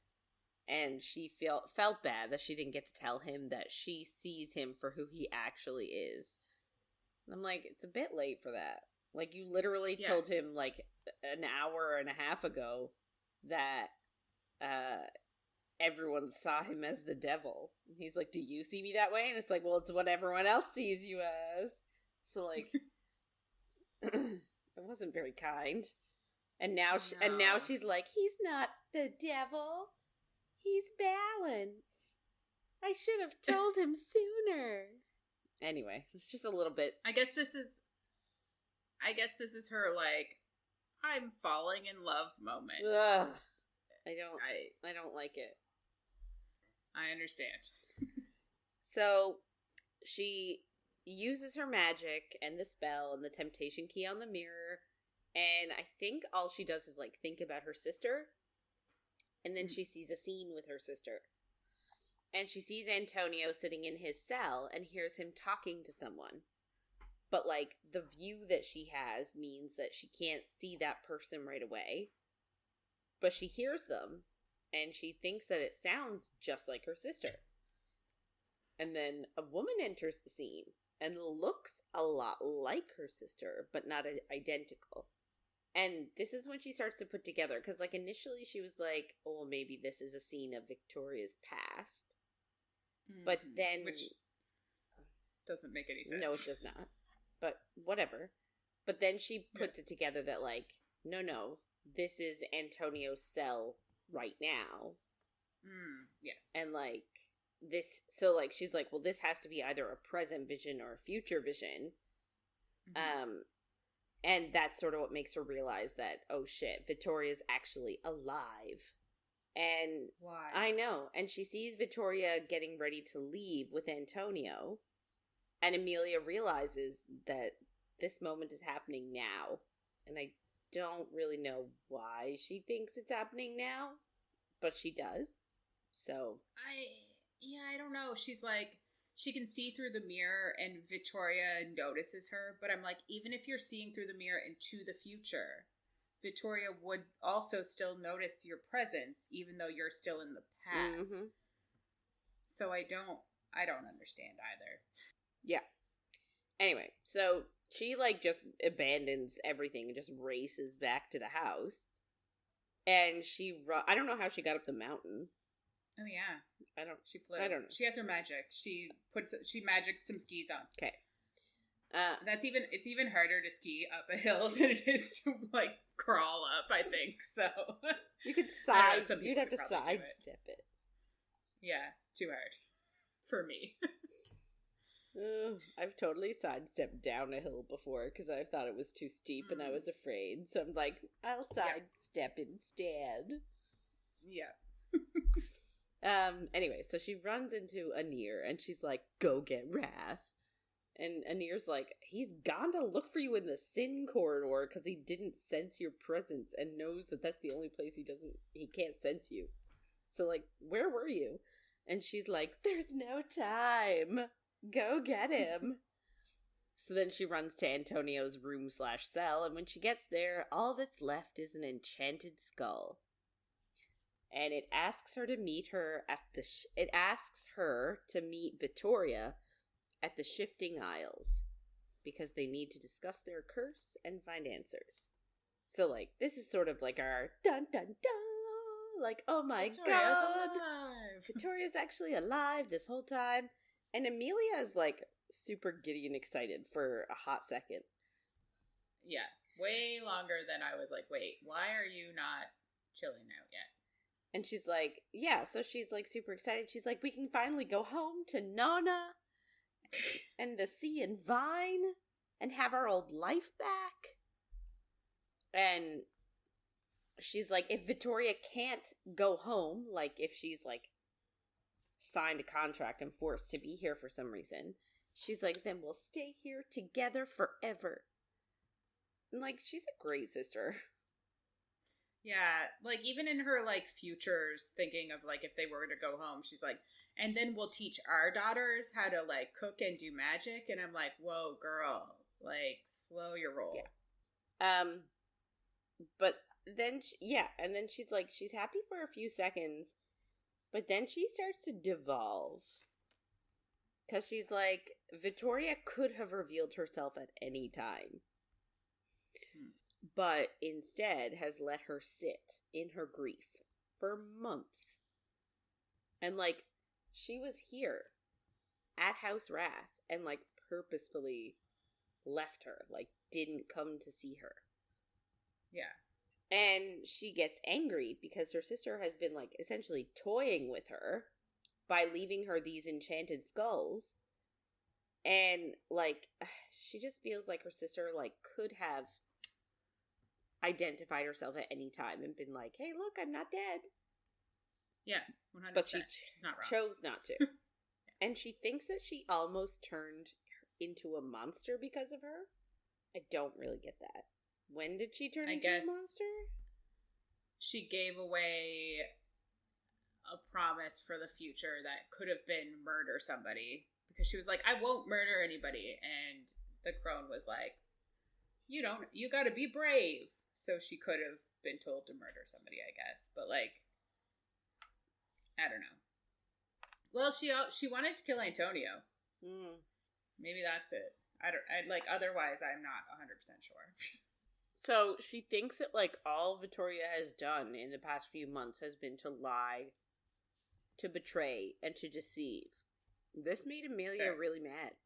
And she, like, burned with rage. Interesting. And she's decided to turn her rage and vengeance towards a new direction. And she definitely plans on visiting her sister. Good. Yeah. Because I want to know what the fuck the curse is. Mm-hmm. So she wants to do one thing before going and visiting her sister at the shifting aisles. So she goes to Wrath's room to wait for him to get back. Because he's still not back from the thin corridor. And she knows that, like, he'll be able to detect where she is, so he'll come to her. Incredibly convenient. Well, she's like, he can tell where I am because of the tattoo. And I'm like, so why can't you tell where he is? Because you both have a tattoo. I guess she hasn't learned. I guess. I'm like, this is also very ACOTAR. Mm-hmm. The tattoo thing? Yeah, and, like, he can tell what she's doing, and, like, I don't know how similar it is, but, like, it is very one-way information giving, just like in ACOTAR. Yeah. So, when he shows up, she shows him her power, like her fire power, that she has not shown him before. But he's not, like, gasping or, like, surprised at all.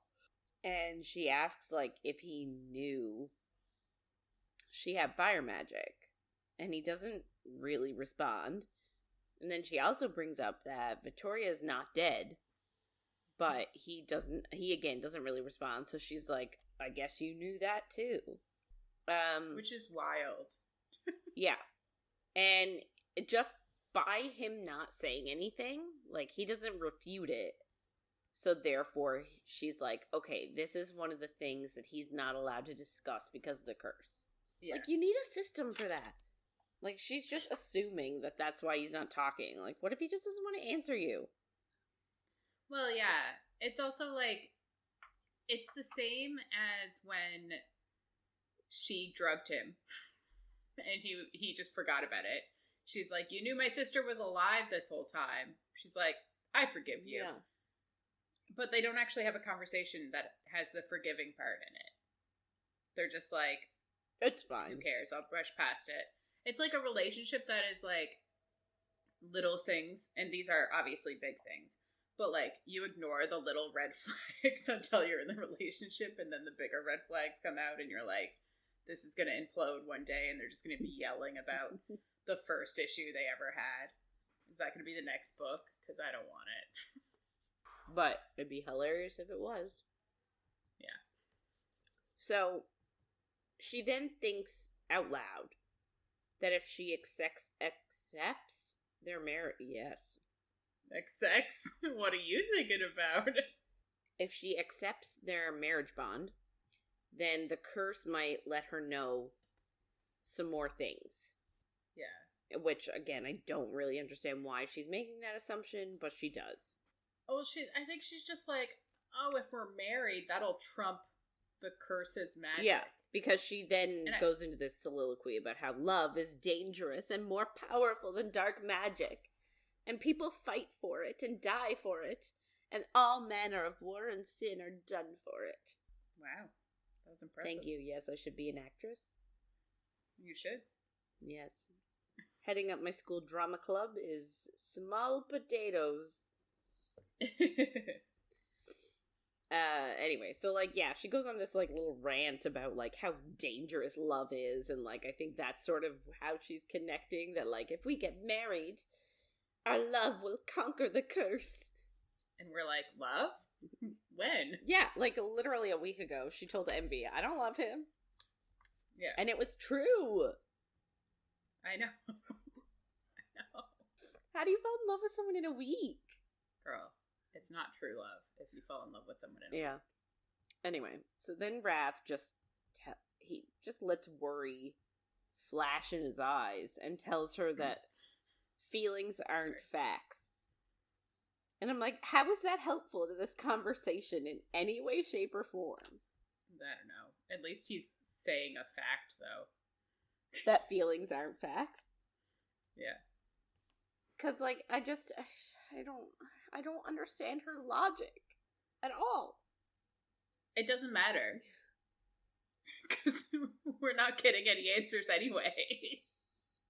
We're not even getting sex. Yeah.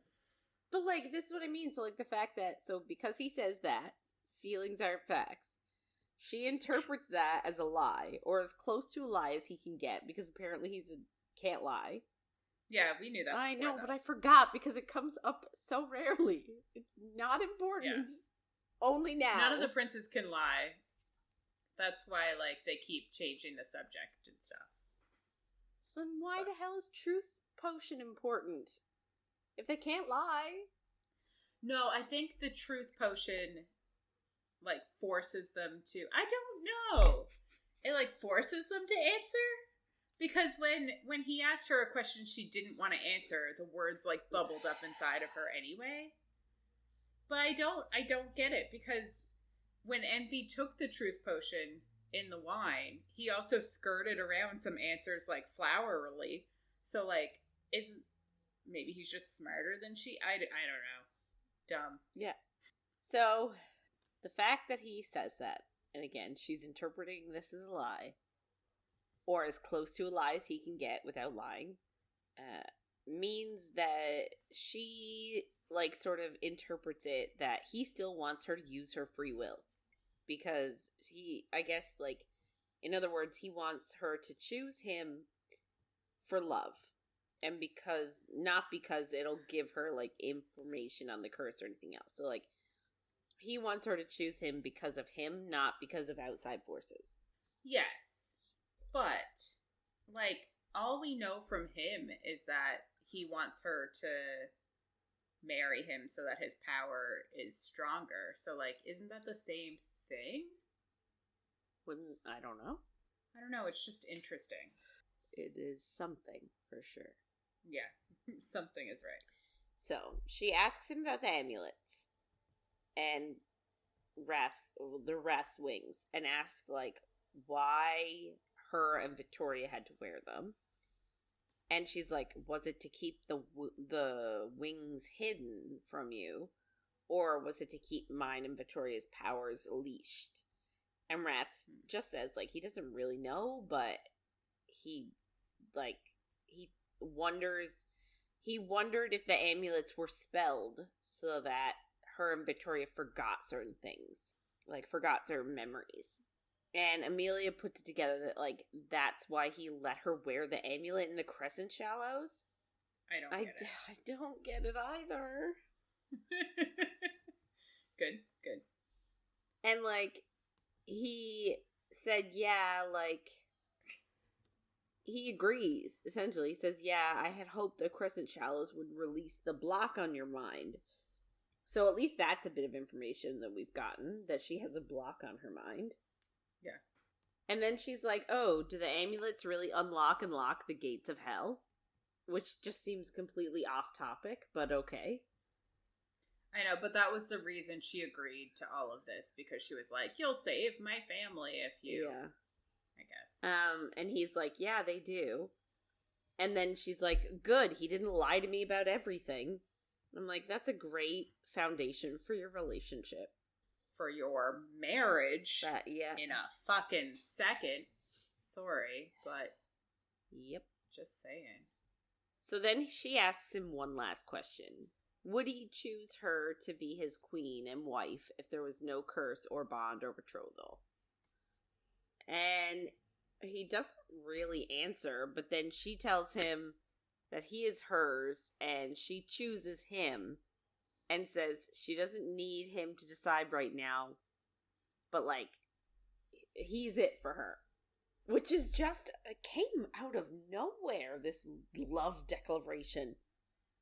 Why? Because she was like, oh, I'm afraid you have another side piece or something like that. And it's like, she didn't bother to verify that? No. Anyway, he just says, like, he doesn't need time to think about it. So she's taking that as a, like, it's not enthusiastic consent in my brain. Well, it's not an answer. He doesn't need time to think about it. Doesn't mean he would choose her. Mm-hmm. It could mean he has somebody else. Yes. It's just not, it's like skirting around, or like maybe he knows something she doesn't, because we know he does, and he's like, better to be leashed to her than let her go to her sister and then become the enemy or whatever. Anyway, so after he says he doesn't need time to decide, she says, well, come to bed, Your Majesty. Yeah. And that's literally the end of the book, is her asking him to come and consummate their marriage.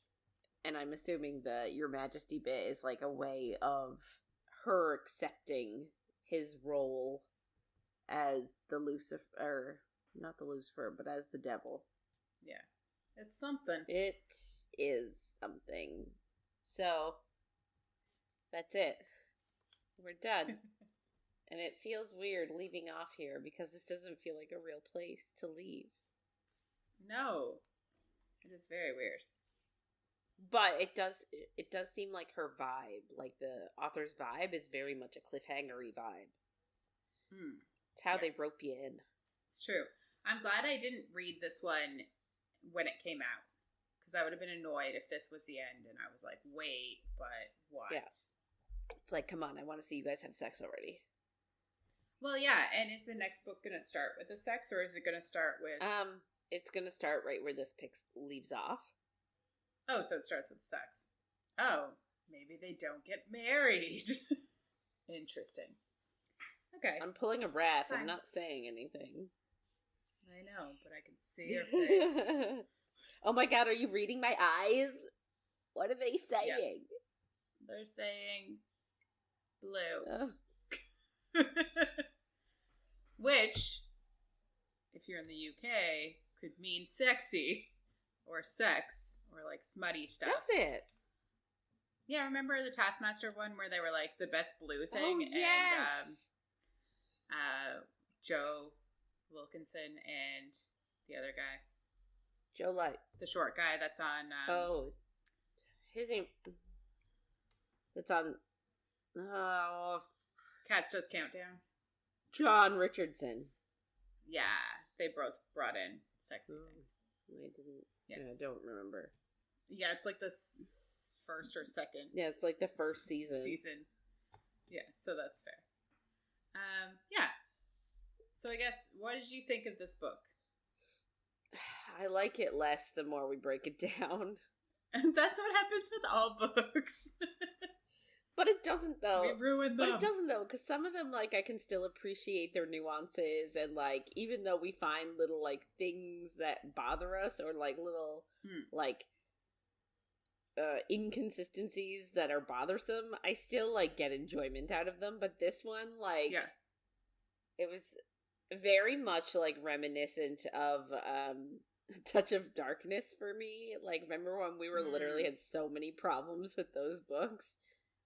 Yeah. And I feel like this is sort of the same thing. Yeah. Maybe not quite so severe. Yeah. I just feel like the relationship kind of developed out of nowhere. Yeah. And being in a character's brain, you think you would have gotten a bit more. So that part, I was like, this is weird. And just like the putting the mystery together, I'm like, the heroine in the book isn't necessarily supposed to be smarter than the reader. Like, I just feel like the clues weren't really as obvious to me as they were to her. And then also, like, I didn't follow how she put things together. Yeah. She was like, clearly that means he's this person. I was like, what? Yeah, it's like, how? And enough to, like, carve it into a tree and be like, I think it's true. Or I'm gonna die. Yeah. She literally bargained with her life that one name that he vaguely reacted to ages ago that she plucked out of nowhere as being his real name. Yeah. Wild. Yeah. So. Yeah. Fun times. Yeah, sure. I will say, though, that I do find the last book really satisfying when you figure everything out. Yeah, so that's the thing. That's the hardest part with series, the books in between that are just trying to, like, bring you to the final conclusion where everything wraps up. I find it hard, especially when, like, I haven't read the last book yet. So, I'll definitely read it, but I might wait until we do it.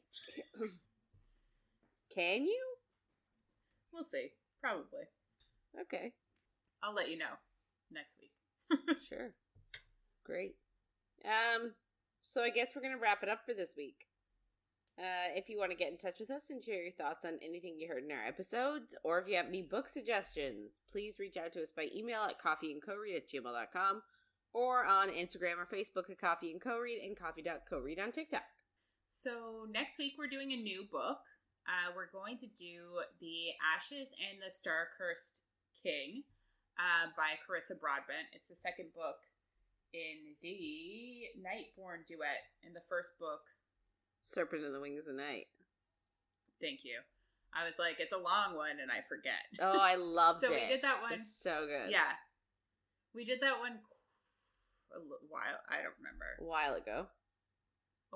So we're going to do this one, because the whole series is like 3 duets. Yeah.